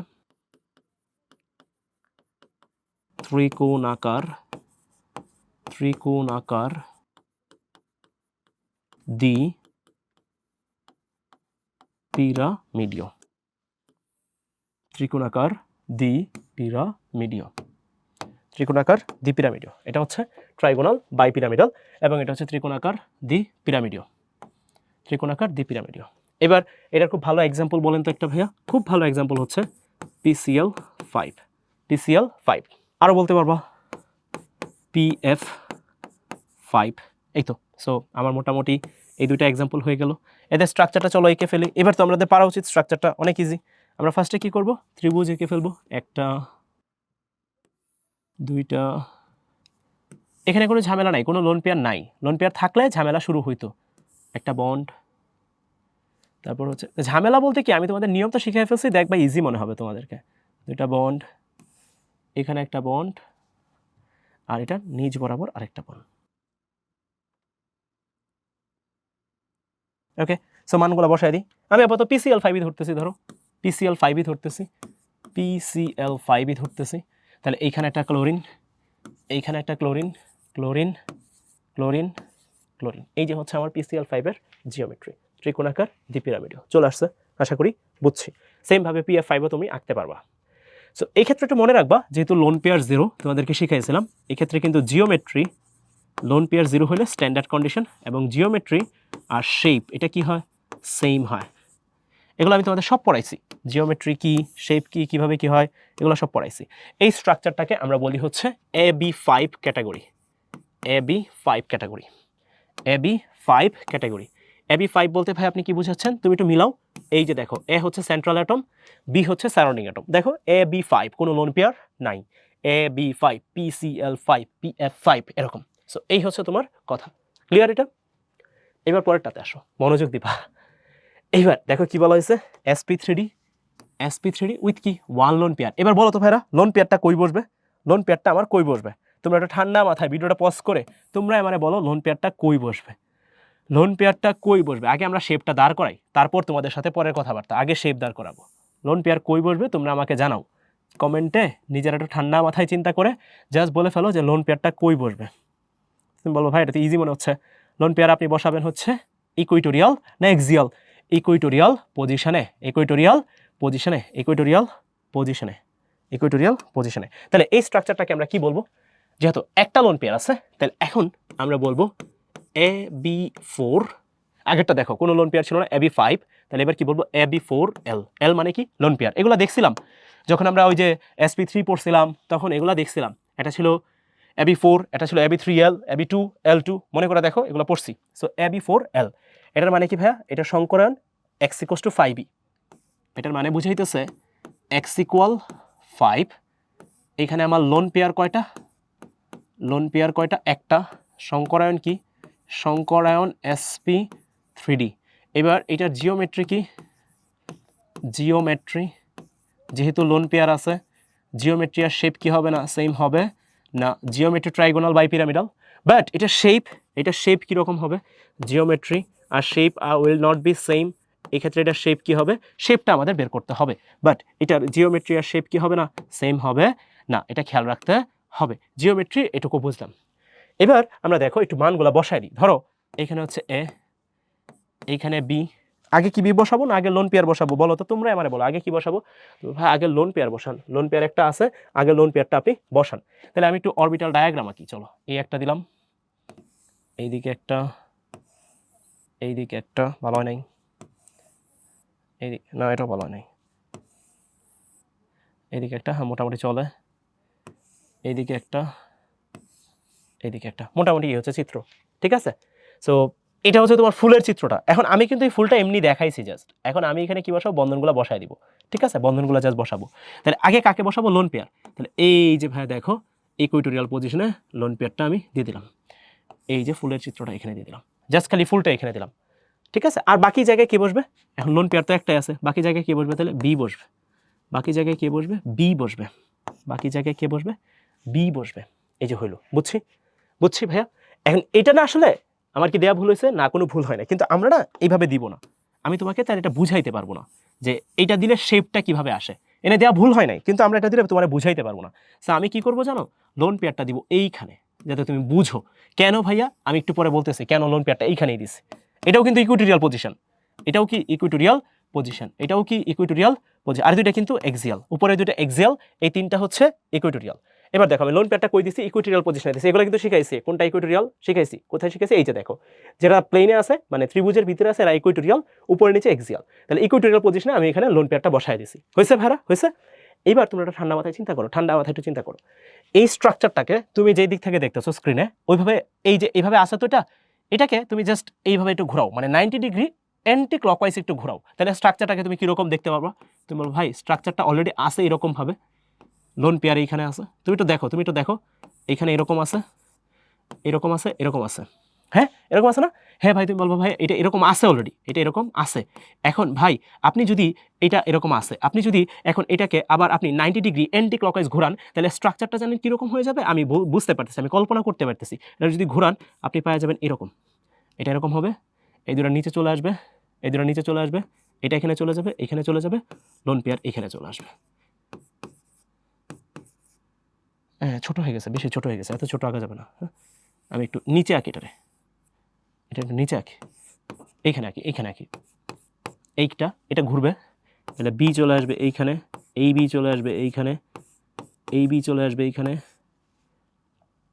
এই বি চলে আসবে এইখানে, আর লোন পেয়ার চলে আসবে এই যে এই জায়গায়। তোমরা একটু দেখো তো, তোমরা একটু ঠান্ডা মাথায় চিন্তা করে দেখো, তোমরা আমি এখানে লোন পেয়ারটা না দিই, হ্যাঁ তাহলে তোমাদের বুঝতে সুবিধা হবে, লোন পেয়ারটা না দিলে তোমাদের বুঝতে সুবিধা হবে, লোন পেয়ারটা না দিলে বুঝতে সুবিধা, কারণ লোন পেয়ার কিন্তু শেপে আসে না, লোন পেয়ার কি শেপে আসে না, লোন পেয়ার শেপে আসে না। তুমি একটু চিন্তা করো এই স্ট্রাকচারটা কীরকম দেখা যায়, তোমরা ছোটোবেলায় স্কুলে খেলতা, মনে করে দেখো দুটা ফ্রেমের উপর এরকম একটা লোহার চেম্বার ছিল, তারপর তুমি এক পাশে বসতা তোমার বন্ধু, আরেক পাশে তোমার তুমি বসতা, তখন দুইজন উঠানামা করতা এরকম, মনে করে দেখো এরকম একটা স্ট্রাকচার ছিল, সিসো বলে এটাকে, কি বলে সিসো। এখানে সেই লোন পেয়ারটা আছে, এই যে সেই লোন পেয়ারটা আছে, এখানে কি আছে, সেই লোন পেয়ারটা আছে, এই যে দেখো এটা কি স্ট্রাকচার বলবো, তাহলে এটাকে বলবো সিসো, দেখছো আমি যদি ওইখানে লোন পেয়ারটা বসাইতাম তুমি কিন্তু আমার সাথে মিলাইতে পারতো না, এই সিসোটা মিলাইতে পারতো না, যার জন্য আমি ইকুয়েটোরিয়াল পজিশনটা ওইটা চুজ করছি, যাতে এটাকে আমি 90 ডিগ্রি অ্যান্টি ক্লকওয়াইজ ঘুরাইলে তুমি সিসোয়ের মতো একটা স্ট্রাকচার দেখতে পাও। তাহলে যদি কোথাও এরকম হয় AB4L চলে আসে, তাহলে এটা শেপটা কিরকম হয়ে যাবে? এটা হয়ে যাবে সিসো। কি হয়ে যাবে? সিসো। CISO structure. এখন আমরা মোটামুটি বুঝে গেছি লোন পেয়ারকে কোথায় বসাইলাম, ইকুয়েটোরিয়াল পজিশনে বসাইলাম, উপরে নিচে এভাবে দিলাম, সব কিছু ঠিকঠাক আছে। এটা ইকুয়েটোরিয়াল, ইকুয়েটোরিয়াল নামগুলো লিখে দিব, এটা ইকুয়েটোরিয়াল, এটা ইকুয়েটোরিয়াল, এটা ইকুয়েটোরিয়াল, এটা এক্সিয়াল, এটা এক্সিয়াল। ঠিক আছে, এই যে সিসো স্ট্রাকচার। এখন ভাই এটার খুব ভালো একটা এক্সাম্পল কই, এটার খুব ভালো একটা এক্সাম্পল হচ্ছে SF4। আর একটা এক্সাম্পল আছে TeCl4। এই তো মোটামুটি এই হচ্ছে তাদের এক্সাম্পল। সো SF4 এটা পরীক্ষায় মাঝে মাঝে আসে। SF4 এর স্ট্রাকচার কিরকম? উত্তর কি? সিসো। SF4 তুমি যদি বের করো তুমি দেখবা এক্স এর মান আসবে 5, লোন পেয়ার আসবে একটা। এক্স এর মান আসবে 5, লোন পেয়ার আসবে একটা, তাহলে এটা শেপটা হবে সিসো। সিসো, তাহলে সিসো এই SF4 এর স্ট্রাকচারটা যদি আঁকেন ভাই তাহলে কিরকম দেখা যাবে? এই যে এইখানে এভাবে দিই, এইখানে থাকবে আমার লোন পেয়ার, এখানে থাকবে আমার লোন পেয়ার, ঠিক আছে? এখানে থাকবে একটা ফ্লোরিন, এখানে থাকবে একটা ফ্লোরিন, আমি যেটা করছি আর কি, এখানে একটা ফ্লোরিন, এখানে একটা ফ্লোরিন। এটা হচ্ছে আমার SF4 এর স্ট্রাকচার। দেখো ভাইরা এই যে লোন পেয়ার আছে, এটাকে তুমি 90 ডিগ্রি অ্যান্টি ক্লকওয়াইজ ঘোরাও, তুমি দেখবা সিসো এর মতো স্ট্রাকচার চলে আসবে। তাহলে আমরা কি পড়ে ফেললাম? AB4L পড়ে ফেললাম। আশা করি সবার ক্লিয়ার। এবার দেখো পরেরটাতে যাই। এবার দেখো sp3d উইথ 2 লোন পেয়ার। তাহলে এটাকে কি বলবো আমরা? AB3L2। তাহলে এই ক্ষেত্রে লোন পেয়ার দুইটা চলে আসছে। লোন পেয়ার কয়টা চলে আসছে? দুইটা। এক্স এর ভ্যালু কত? 5। লোন পেয়ার কয়টা ভাই? লোন পেয়ার দুইটা। আগের মতোই জিওমেট্রি কীরকম আসবে? Geometry TBP। জিওমেট্রি কখনোই চেঞ্জ হয় না, ট্রাইগোনাল বাই পিরামিডাল। এখন প্রশ্ন হচ্ছে ভাই এটার শেপটা কীরকম হবে? এইটার শেপটা কীরকম হবে? সো আমরা কি করব? ওই যে আগের মতোই এটা আঁকার চেষ্টা করি, চলো আঁকি, তারপর এটা অ্যাপ্লাই করি। সো আমরা হচ্ছে ট্রাইগোনাল নিলাম, এনে আঁকবো না, এদিকে আঁকি যাতে ঘুরে মিলাইতে পারি। তাহলে ট্রাইগোনাল বাই পিরামিডাল, এটা দিলাম, এই নিচে একটা দিলাম, দুইটা লোন পেয়ার থাকবে কিন্তু, হ্যাঁ? সো বন্ধন, বন্ধন, এই হচ্ছে একটা বন্ধন, এখানে আমার আরেকটা বন্ধন। সো এবার মান বসাই। সো ধরো আমি এইবার একটু খেয়াল করো ভালো করে, এইখানে দিলাম এ, দুইটা লোন পেয়ার থাকবে, দুইটা লোন পেয়ার। তাহলে এইখানে এই যে এইখানে আমি দুইটা লোন পেয়ার দিলাম। লোন পেয়ার কিন্তু জিওমেট্রিতে আসে না। সো এখানে কি দিলাম? Loan pair. লোন পেয়ারকে কি দিয়ে ডিনোট করে? এল। তাহলে এইখানে একটা লোন পেয়ার দিলাম, এইখানে একটা লোন পেয়ার দিলাম। আর কি আছে? AB3L2, এই যে দিলাম AB3L2। এখন আমরা একটু ঠান্ডা মাথায় চিন্তা করি, ঠান্ডা মাথায়। তো এটারে না আমরা একটু ঘুরাই, এটাকে জাস্ট এই দিকে 90 ডিগ্রি ঘুরাই, তাহলে আমি শেপটা বুঝতে পারবো। না ঘুরাইলেও শেপ বোঝা যাবে, ব্যাপারটা এমন না যে ঘুরাই দেখতে হবে, বাট ঘুরাই দেখলে তুমি জিনিসটা বুঝবা সহজে। তাহলে এটাকে জাস্ট এই যা আছে থেকে 90 ডিগ্রি ডান দিকে ক্লকওয়াইজ ঘোরাও, তাহলে তুমি কি দেখতে পাবা জানো? তুমি কি দেখতে পারবা জানো? তুমি কি রকম দেখবা? তুমি একটু খেয়াল করো, এটা চলে আসবে নিচে, এটা চলে আসবে এইখানে, মানে এটা চলে আসবে এইখানে, এটা চলে আসবে নিচে, এটা চলে আসবে নিচে, এই বি চলে যাবে এইখানে, এই বি চলে আসবে এইখানে, আর কি হবে? এইখানে একটা থাকবে, এইখানে একটা হাট্টিমা টিম টিম এরকম। এখন খেয়াল করো, এই দুটো তো লোন পেয়ার, এই দুটো কি আমার লোন পেয়ার, এই দুটো আমার লোন পেয়ার। এই যে দেখো, এখন তুমি শেপে কে আসে? শেপে কিন্তু লোন পেয়ার আসে না, শেপে কিন্তু কি আসে না? লোন পেয়ার আসে না। তুমি একটু খেয়াল করো তো এটা শেপটা কীরকম দেখা যায়? এটা শেপটা কীরকম দেখা যায়? তুমি বলো ভাই এটা কেন এরকম না, এরকম না, দেখো তো এটা কেন এরকম না, লম্বা টান, তারপর এটা নিচে, এটার কি শেপ দেখা যায়? কি শেপ? কি শেপ? তুমি বলবো ভাই এটা হচ্ছে টি শেপ। কি শেপ? টি শেপ, টি শেপ, টি শেপ, টি শেপ, টি শেপ, টি শেপ। ঠিক আছে? সো আশা করি আমরা মোটামুটি ধরতে পারছি। সো এটার ভালো একটা এক্সাম্পল হচ্ছে ClF3। ClF3 এটা একটা ভালো এক্সাম্পল, ClF3। সো দেখো আমি স্ট্রাকচারটা এঁকে ফেলি। ক্লোরিন, এই এই এই ClF3, বন্ধনগুলো এভাবে দিই তাহলে বুঝতে সুবিধা হবে। ClF3, তাহলে এইখানে থাকবে একটা F, এইখানে থাকবে একটা F, আর এইখানে থাকবে একটা F, আর এই জায়গায় থাকবে লোন পেয়ার। এখানে কি থাকবে, এই দেখো ভাই ইকুইটোরিয়াল পজিশনে কিন্তু আমি লোন পেয়ারটা বসাইছি, ইকুইটোরিয়াল পজিশনেই কিন্তু কি বসাইছি, লোন পেয়ারটা বসাইছি, ইকুইটোরিয়াল পজিশনে আমার লোন পেয়ার বসাইতে হবে। এই যে দেখো ভাই ইকুইটোরিয়াল পজিশনে, তুমি এটাকে জাস্ট ঘোরাও দেখবা চলে আসবে। এটার আরেকটা এক্সাম্পল আছে, তুমি চাইলে এখানে IF3 তুমি নিজে ড্রয়িং করতে পারো, IF3 এটা চাইলে তুমি নিজে ড্রয়িং করতে পারো, চাইলে নিজে ড্রয়িং করতে পারো IF3 এর, ঠিক আছে। আচ্ছা, সো মোটামুটি এটা হয়ে গেল, আশা করি ক্লিয়ার। এবার দেখো sp3d with 3 lone pair, sp3d 3 lone pair, আগেরটা কি ছিল 2 লোন পেয়ার, এটা ছিল ab3l2, এবার কি হবে ab2l3, ab2l3। তো এখানে x এর ভ্যালু কত আসবে 5, লোন পেয়ার কয়টা ভাই 3টা। আগের মতোই আমি যদি চিন্তা করি জিওমেট্রি কয়টা হবে, জিওমেট্রি কীরকম হবে টিবিপি, আর শেপ এটার শেপ কীরকম হবে, এটা আমরা বের করব। সো আগের মতোই একটু দেখো, লোন পেয়ার 3টা, তাহলে ধরো তাহলে এইখানে লোন পেয়ার লোন পেয়ারকে আমরা L দিয়ে ডিনোট করতেছিলাম, ইকুইটোরিয়াল পজিশনে 3টা লোন পেয়ার চলে আসবে, ইকুইটোরিয়াল পজিশনে 3টা লোন পেয়ার চলে আসলো, উপরে একটা বি, নিচে একটা বি।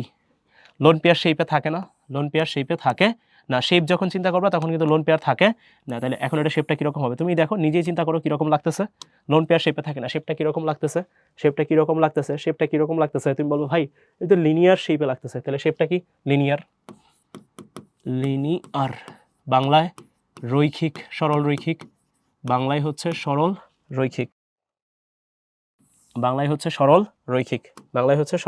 রৈখিক। এটার এক্সাম্পল কি এক্সাম্পল হচ্ছে জ্যানন ডাইফ্লোরাইড I3-, এই যে এরকম। সো এরা হচ্ছে এটার এক্সাম্পল, জ্যানন ডাইফ্লোরাইড, এটা স্ট্রাকচার যদি তুমি আঁকো, জ্যানন উপরে নিচে ফ্লোরিন, এইখানে একটা লোন পেয়ার, এখানে একটা লোন পেয়ার, ইকুইটোরিয়াল পজিশনে সব সময় কে যাবে লোন পেয়ার, আমরা এগুলো জানি, এখন আমরা বস হয়ে গেছি। ইকুইটোরিয়াল পজিশনে এখন সবসময় আমরা কি দিব, লোন পেয়ার দিব। দেখো লিনিয়ার শেপে চলে আসছে, সো আশা করি এটা আমরা বুঝতে পারছি। তাহলে 3 লোন পেয়ার দেখে ফেললাম, 2 লোন পেয়ার দেখে ফেললাম টি শেপ, 1 লোন পেয়ার দেখে ফেললাম, আর শুধু স্ট্যান্ডার্ড তাহলেও দেখে ফেললাম। ওকে, সো এইবার আমাকে দেখতে হবে sp3d2 উইথ 0 লোন পেয়ার। আসলে এই ক্ষেত্রে লোন পেয়ারের ইম্প্যাক্টটা ইজি। সো এই ক্ষেত্রে আমরা কি করি, আমরা মনে থাকার কথা sp3d2 0 লোন পেয়ার, তার মানে এটা বেসিক্যালি হচ্ছে ab6, x এর ভ্যালু হচ্ছে 6, কোনো লোন পেয়ার নাই, তার মানে এইখানে জিওমেট্রি আর শেপ সমান, কোনো লোন পেয়ার না থাকলে জিওমেট্রি আর শেপ সমান, আমরা এটা জানি। লোন পেয়ার কিন্তু জিওমেট্রিতে থাকলেও শেপে থাকে না। এটার এক্সাম্পল হচ্ছে SF6 সালফার হেক্সা ফ্লোরাইড। আমরা এগুলা যখন sp3d2 সংকরায়ন পড়াইছিলাম তখন 3D জিওমেট্রি তোমাদেরকে দেখাইছিলাম। সো SF6 এর স্ট্রাকচার কীরকম, এই যেরকম, এখানে মাঝে থাকে সালফার, এখানে থাকে ফ্লোরিন, এখানে থাকে ফ্লোরিন। এখন আমরা এটা যোগ করে দিই, তাহলে শেষ কাজ, এই যে একটা বন্ধন, এই আর একটা বন্ধন, এই একটা বন্ধন, এই হচ্ছে আরেকটা বন্ধন, ওপরে একটা ফ্লোরিন, আর হচ্ছে নিচে একটা ফ্লোরিন, শেষ।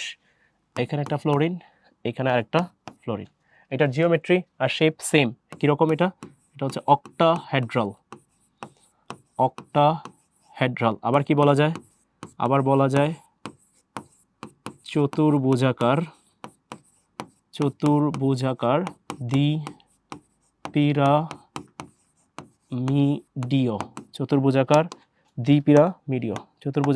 দ্বিপিরামিডীয়, একই জিনিস ভাইয়া, এইটা আর এইটা একই জিনিস। এগুলো আমাদের 3D পড়াইছিলাম, 4 কোণা, উপরে একটা পিরামিড, নিচে একটা পিরামিড, উপরে 4টা তল, নিচে 4টা তল, 8টা তল, অথবা উপরে একটা পিরামিড, নিচে একটা পিরামিড। এগুলো 3D কিন্তু পড়াইছি, sp3d যখন পড়াইছি, এগুলো মনে থাকার কথা।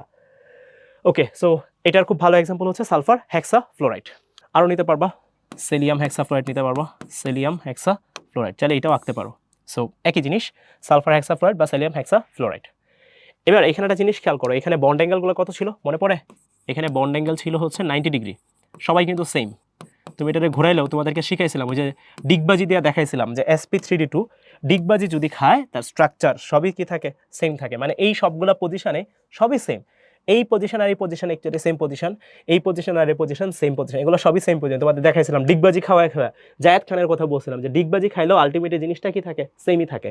সো এটার চেহারা কি থাকে, সবই সেম থাকে। সো লোন পেয়ারকে তুমি যেখানেই বসাও না কেন কোনো সমস্যা নাই। বাট এটা মনে রাখার জন্য বলতেছি লোন পেয়ারকে এই যে এই চিত্রের মধ্যে যে চিন্তা করো এক্সিয়াল পজিশন, আপাতত এই চিত্র অনুযায়ী এটা এক্সিয়াল পজিশন, এটা এক্সিয়াল পজিশন, মানে উপরে আর নিচে লোন পেয়ারকে বসালে খুব সহজে স্ট্রাকচার মেলানো যায়, খুব সহজে স্ট্রাকচারটা মনে রাখা যায়। সো আলটিমেটলি তুমি যাই বসাও ঘুরে ফিরে একইটা, বাট এটা মনে রাখার জন্য বলতেছি উপরে অথবা নিচে যেখানেই বসাও না কেন লোন পেয়ারকে এক জায়গায় বসালে আলটিমেটলি কি হয়ে যায়, সেম হয়ে যায়। সো তুমি এখানে লোন পেয়ার যেখানেই বসাও না কেন ঘুরে ফিরে কি আসবে, একই জিনিস আসবে। আচ্ছা, সো আমরা হচ্ছে এবার এটা একটু সলভ করে ফেলি, চলো। এখানে কি বলা আছে, application of VSEPR for sp3d2 with one lone pair. একটু আগে যেটা পড়ছিলাম ওইখানে কিন্তু কোনো লোন পেয়ার ছিল না, জিরো লোন পেয়ার ছিল, অক্টাহেড্রাল চতুর্ভুজার দ্বিপিরামিডীয় সালফার হেক্সাফ্লোরাইড সেলিয়াম হেক্সাফ্লোরাইড। এবার হচ্ছে ওয়ান লোন পেয়ার, তাহলে স্ট্রাকচারটা কীরকম হবে, AB5L এরকম হবে। আগেটা যেরকম ছিল AB6, মনে করে দেখো AB6 ছিল আগেরটা, এবার তাহলে কত হবে AB5L, তাহলে এক্স এর ভ্যালু হবে 6, লোন পেয়ার হবে একটা। আচ্ছা, তাহলে এইবার কিন্তু জিওমেট্রি আর শেপ কি হবে না, সেম হবে না। জিওমেট্রি একরকম হবে, শেপ কি হবে আরেক রকম হবে। জিওমেট্রি হবে আগের মতোই অক্টাহেড্রাল, শেপে কিন্তু লোন পেয়ার আসে না, শেপে কি না লোন পেয়ার আসে না।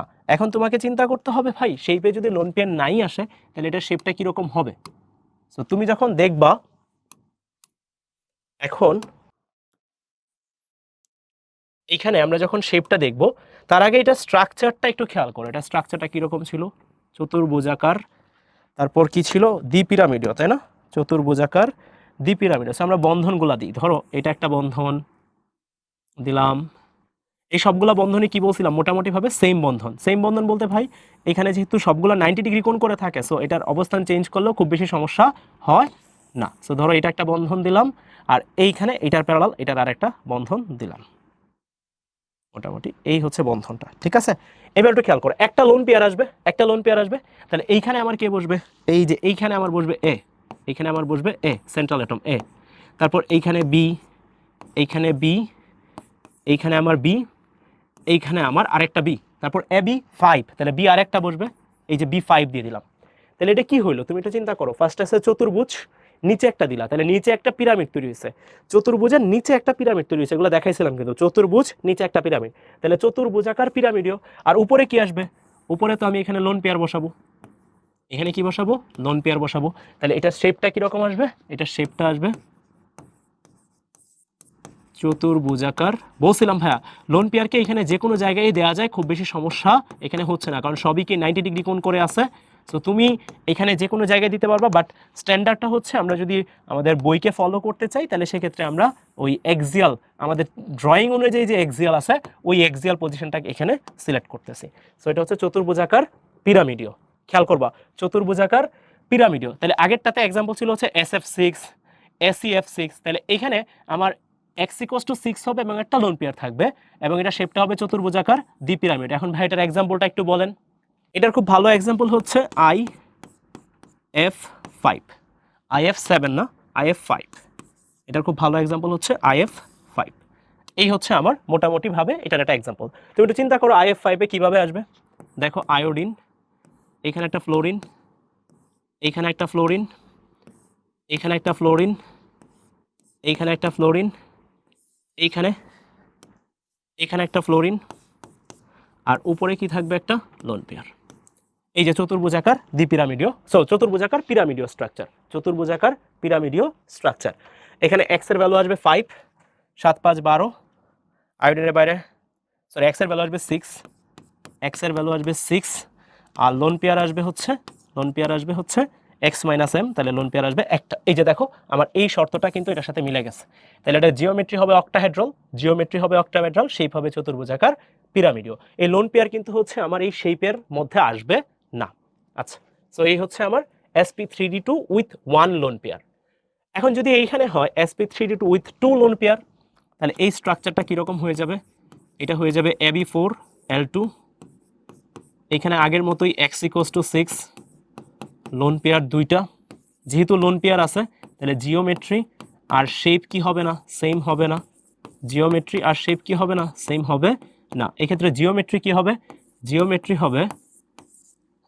হবে চতুর্ভুজাকার দ্বিপিরামিডীয়, অথবা তুমি কি বলবা অক্টাহেড্রাল। আর এখানে শেপ কি হবে, এবার একটু খেয়াল করো, এইটার শেপটা যদি আমরা বের করতে চাই, শেপটা আমি পরে লিখতেছি, বাট আমি এটা ড্রয়িংটা আগে একটু তোমাদেরকে করে দেখাই। দেখো ভাইরা দেখো, সো আমরা এই যে ধরো এটা আঁকলাম, তারপর এখানে বন্ধনগুলা দিয়ে দিই, ধরো এটা একটা বন্ধন, তারপর এটা আরেকটা বন্ধন, এখানে এটা আরেকটা বন্ধন, এখানে হচ্ছে এটা আরেকটা বন্ধন, ঠিক আছে দিলাম, ওকে। সো উপরে একটা বন্ধন, এটা তো আমরা জানি, নিচে এখানে আরেকটা বন্ধন। এবার এখানে আমরা এটা বসায় দিব, ঠিক আছে, এটা আমরা বসাবো। এবার ধরো AB4L2, তাহলে এই যে এইখানে কে বসবে, এখানে বসবে এ, এখানে বসবে বি, এইখানে বসবে বি, এইখানে বসবে বি, এখানে বসবে বি, এখানে বসবে এল, এইখানে বসবে আরেকটা এল। তাহলে এবার দেখো লোন পেয়ার কিন্তু শেপে আসবে না, তাহলে তুমি কি বলবা, তুমি দেখো শুধু একটা চতুর্ভুজ পাচ্ছ, তাহলে এটা কি বলবো, স্কয়ার প্ল্যানার, স্কয়ার প্ল্যানার, এটা কিন্তু স্কয়ার প্ল্যানার হবে, ঠিক আছে। এই যে দেখো এটা শেপটা কিন্তু হচ্ছে স্কয়ার প্ল্যানার, ঠিক আছে, ওকে। সো আমরা কিন্তু এটাও পাই গেলাম যে এটা শেপটা কীরকম আসবে, স্কয়ার প্ল্যানার হবে। আচ্ছা, সো এবার এটা যদি ড্রয়িংটা একটু ভালো করে আঁকো, এখানে এটার একটা এক্সাম্পল নেই তাহলে সুবিধা হবে। এটার এক্সাম্পল হচ্ছে জ্যানন টেট্রাফ্লোরাইড, তুমি এখানে এক্স এর ভ্যালু বের করো, এক্স এর ভ্যালু আসবে 6, 8 আর 4 12 ভাগ 2, তাহলে 6, লোন পেয়ার আসবে x - m, তাহলে লোন পেয়ার দুইটা, দেখো লোন পেয়ার দুইটা হয়ে গেছে। এটাকে আমরা বলি হচ্ছে বিকৃত অষ্টস্থলক, মানে অষ্টস্থলকের মতো কিন্তু অষ্টস্থলক আসে না, কারণ লোন পেয়ার অষ্টস্থলকে আসে না শেপে, শুধুমাত্র জিওমেট্রিতে আসে। তাহলে এটার স্ট্রাকচারটা কীরকম হবে, জেনন, ফ্লোরিন, এই হচ্ছে ফ্লোরিন, এই ফ্লোরিন, এখানে একটা লোন পেয়ার, এইখানে একটা লোন পেয়ার, শেষ। এই যে ভাইয়া এটা হচ্ছে বেসিক্যালি আমার কি বলবো, যে স্ট্রাকচারটা আছে ওই স্ট্রাকচারটা আর কি, স্কয়ার প্ল্যানার, এই মোটামুটিভাবে স্কয়ার প্ল্যানার স্ট্রাকচার, এই হচ্ছে আমার স্কয়ার প্ল্যানার স্ট্রাকচার, ঠিক আছে। সো মোটামুটিভাবে আমি যদি সামারি করতে চাই, এখন সামারিটা কি দাঁড়াইতেছে, আমাদের বেসিক্যালি এই দুটো একটু মনে রাখতে হবে। sp3d, এটার ক্ষেত্রে কি কি কম্বিনেশন হইতে পারে ভাইয়া, কম্বিনেশন হইতে পারে AB5, এই কম্বিনেশন হইতে পারে AB4L, তারপর হইতে পারে AB3L2, তারপর হইতে পারে AB2L3, ঠিক আছে। এই 4টা কম্বিনেশন হইতে পারে, আমরা কিন্তু এই 4টা কম্বিনেশনই তোমাদেরকে দেখাইছি, তোমরা একটু খেয়াল করে দেখো, sp3d with 3 lone pair, 2 lone pair, 1 lone pair, 0 loan pair, তাহলে 4টা কম্বিনেশন দেখাইছি। তো দেখো 4টা কম্বিনেশনে কিন্তু আমরা এখানে করে ফেলছি। এটার ক্ষেত্রে তোমাকে যদি বলা হয় এটার জিওমেট্রি কীরকম আর শেপ কীরকম, জিওমেট্রি, শেপ, আর হচ্ছে তোমাকে যদি বলি এক্সাম্পল, আমরা কিন্তু এগুলো ধরে ধরে সব পড়াইছি, হ্যাঁ সবগুলো ধরে ধরে পড়াইছি। সো এক্ষেত্রে জিওমেট্রি, তারপর হচ্ছে শেপ, তারপর হচ্ছে এক্সাম্পল। খেয়াল করো AB5, এটার ক্ষেত্রে চিন্তা করি ফার্স্টে, এনে জিওমেট্রি, তারপর হচ্ছে AB4L, তারপর হচ্ছে AB3L2, তারপর হচ্ছে AB3L3, ঠিক আছে। সো আমি এটা ফিল আপ করে ফেলি, চলো। জিওমেট্রি কীরকম থাকে সবসময়, ট্রাইগোনাল বাইপিরামিডাল, এটাও কি ট্রাইগোনাল বাইপিরামিডাল, এটাও কি ট্রাইগোনাল বাইপিরামিডাল, জিওমেট্রি কখনোই চেঞ্জ হয় না। এটাও ট্রাইগোনাল বাইপিরামিডাল, খুব ভালো এক্সাম্পল হচ্ছে PCl5। AB4L, এটার ক্ষেত্রে বলছিলাম সিসো, মনে করে দেখো ভাইয়া, এটা বলছিলাম সিসো, ওই যে আমরা ছোটবেলায় যে গেমটা খেলি সেটাই হচ্ছে সিসো, এটা হচ্ছে SF4। AB3L2, এটাকে বলছিলাম টি শেপ, এটার খুব ভালো এক্সাম্পল হচ্ছে ClF3। AB3L3, এটাকে বলছিলাম লিনিয়ার, এটা বলছিলাম জ্যানন টাইফ্লোরাইড। এই হচ্ছে পুরো জিনিসটা। তো তুমি যদি চিন্তা করো, এইখানে যখন তুমি AB5 চিন্তা করতেছো লোন পেয়ার, এখানে যদি চিন্তা করো এখানে লোন পেয়ার আছে না, এখানে একটা এখানে 2টা, এখানে হচ্ছে 3টা। তাহলে কম্বিনেশন আকারে যদি চিন্তা করো, দেখো ভাইরা, তুমি ফার্স্টের কম্বিনেশন নিছো 5 + 0, এখানে 5টা কি, 5টা হচ্ছে বন্ড পেয়ার, এই 0টা কি, 0টা হচ্ছে লোন পেয়ার। পরেরটা কি 4 + 1, পরেরটা 3 + 2, এরপরেরটা 2 + 3। এই যে ভাইয়া, এই কম্বিনেশনে আমরা sp3d সংকরায়নের সবগুলা দেখে ফেলছি। তুমি যদি এটুকু বুঝো, এইটা তুমি খুব সহজেই এই টেবিলটা ফাইন্ড আউট করতে পারবা। এরপরের বার যেটা দেখাইছি সেটা ছিল sp3d2। এটার ক্ষেত্রে কম্বিনেশন কি কি ছিল ভাইয়া? এটার ক্ষেত্রে কম্বিনেশন ছিল ab6, তারপর ছিল হচ্ছে ab5l, তারপর দেখাইছি হচ্ছে ab4l2, ab4l2। তাহলে এইখানেও যদি তুমি জিওমেট্রি, শেপ এগুলো যদি চিন্তা করো, বুঝে যাবা। ধরো এরকম নিলাম, ওকে। তারপর ধরো এইখানে একটা নিলাম, এটা নিলাম জিওমেট্রি, এটা নিলাম শেপ, এটা নিলাম এক্সাম্পল, আর নিলাম লোন পেয়ার। হ্যাঁ, উপর একটা টান দিতে হবে। এটা হচ্ছে জিওমেট্রি, জিওমেট্রি, তারপর হচ্ছে শেপ আর এক্সাম্পল, তারপর হচ্ছে লোন পেয়ার। এখানে 0 1 2 জিওমেট্রি, এটা হচ্ছে অক্টাহেড্রাল। জিওমেট্রি সবসময় সেমই থাকে, জিওমেট্রি কখনোই চেঞ্জ হয় না, অক্টাহেড্রাল অক্টাহেড্রাল। লোন পেয়ার 0, তাহলে এটাও অক্টাহেড্রাল, এটাও কি ভাই অক্টাহেড্রাল। এটার এক্সাম্পল হচ্ছে SF6। এটা ছিল চতুর্ভুজাকার স্কোয়ার পিরামিডাল বলে, চতুর্ভুজাকার, চতুর্ভুজাকার পিরামিডীয়, চতুর্ভুজাকার পিরামিডীয়। তো মানে একটা লোন পেয়ার আসছে। দেখো এটার এক্সাম্পল কি দিছিলাম, এটার এক্সাম্পল দিছিলাম হচ্ছে IF5, আর কি দিছিলাম IF5, একটা এক্সাম্পল দিছিলাম IF5। তাহলে এটার এক্সাম্পল হচ্ছে IF5। এরপরে দিছিলাম AB4L2, এটা বলছিলাম চতুর্ভুজাকার সমতলীয়, চতুর্ভুজাকার, চতুর্ভুজাকার সমতলীয়, চতুর্ভুজাকার সমতলীয়। এটার এক্সাম্পল দিয়েছিলাম হচ্ছে জ্যানন টেট্রাফ্লোরাইড, জ্যানন টেট্রাফ্লোরাইড, জ্যানন টেট্রাফ্লোরাইড। এই তো। সো কম্বিনেশন কি কি ছিল? কম্বিনেশন ছিল 6 + 0, তারপর হচ্ছে 5 + 1, তারপর হচ্ছে 4 + 2।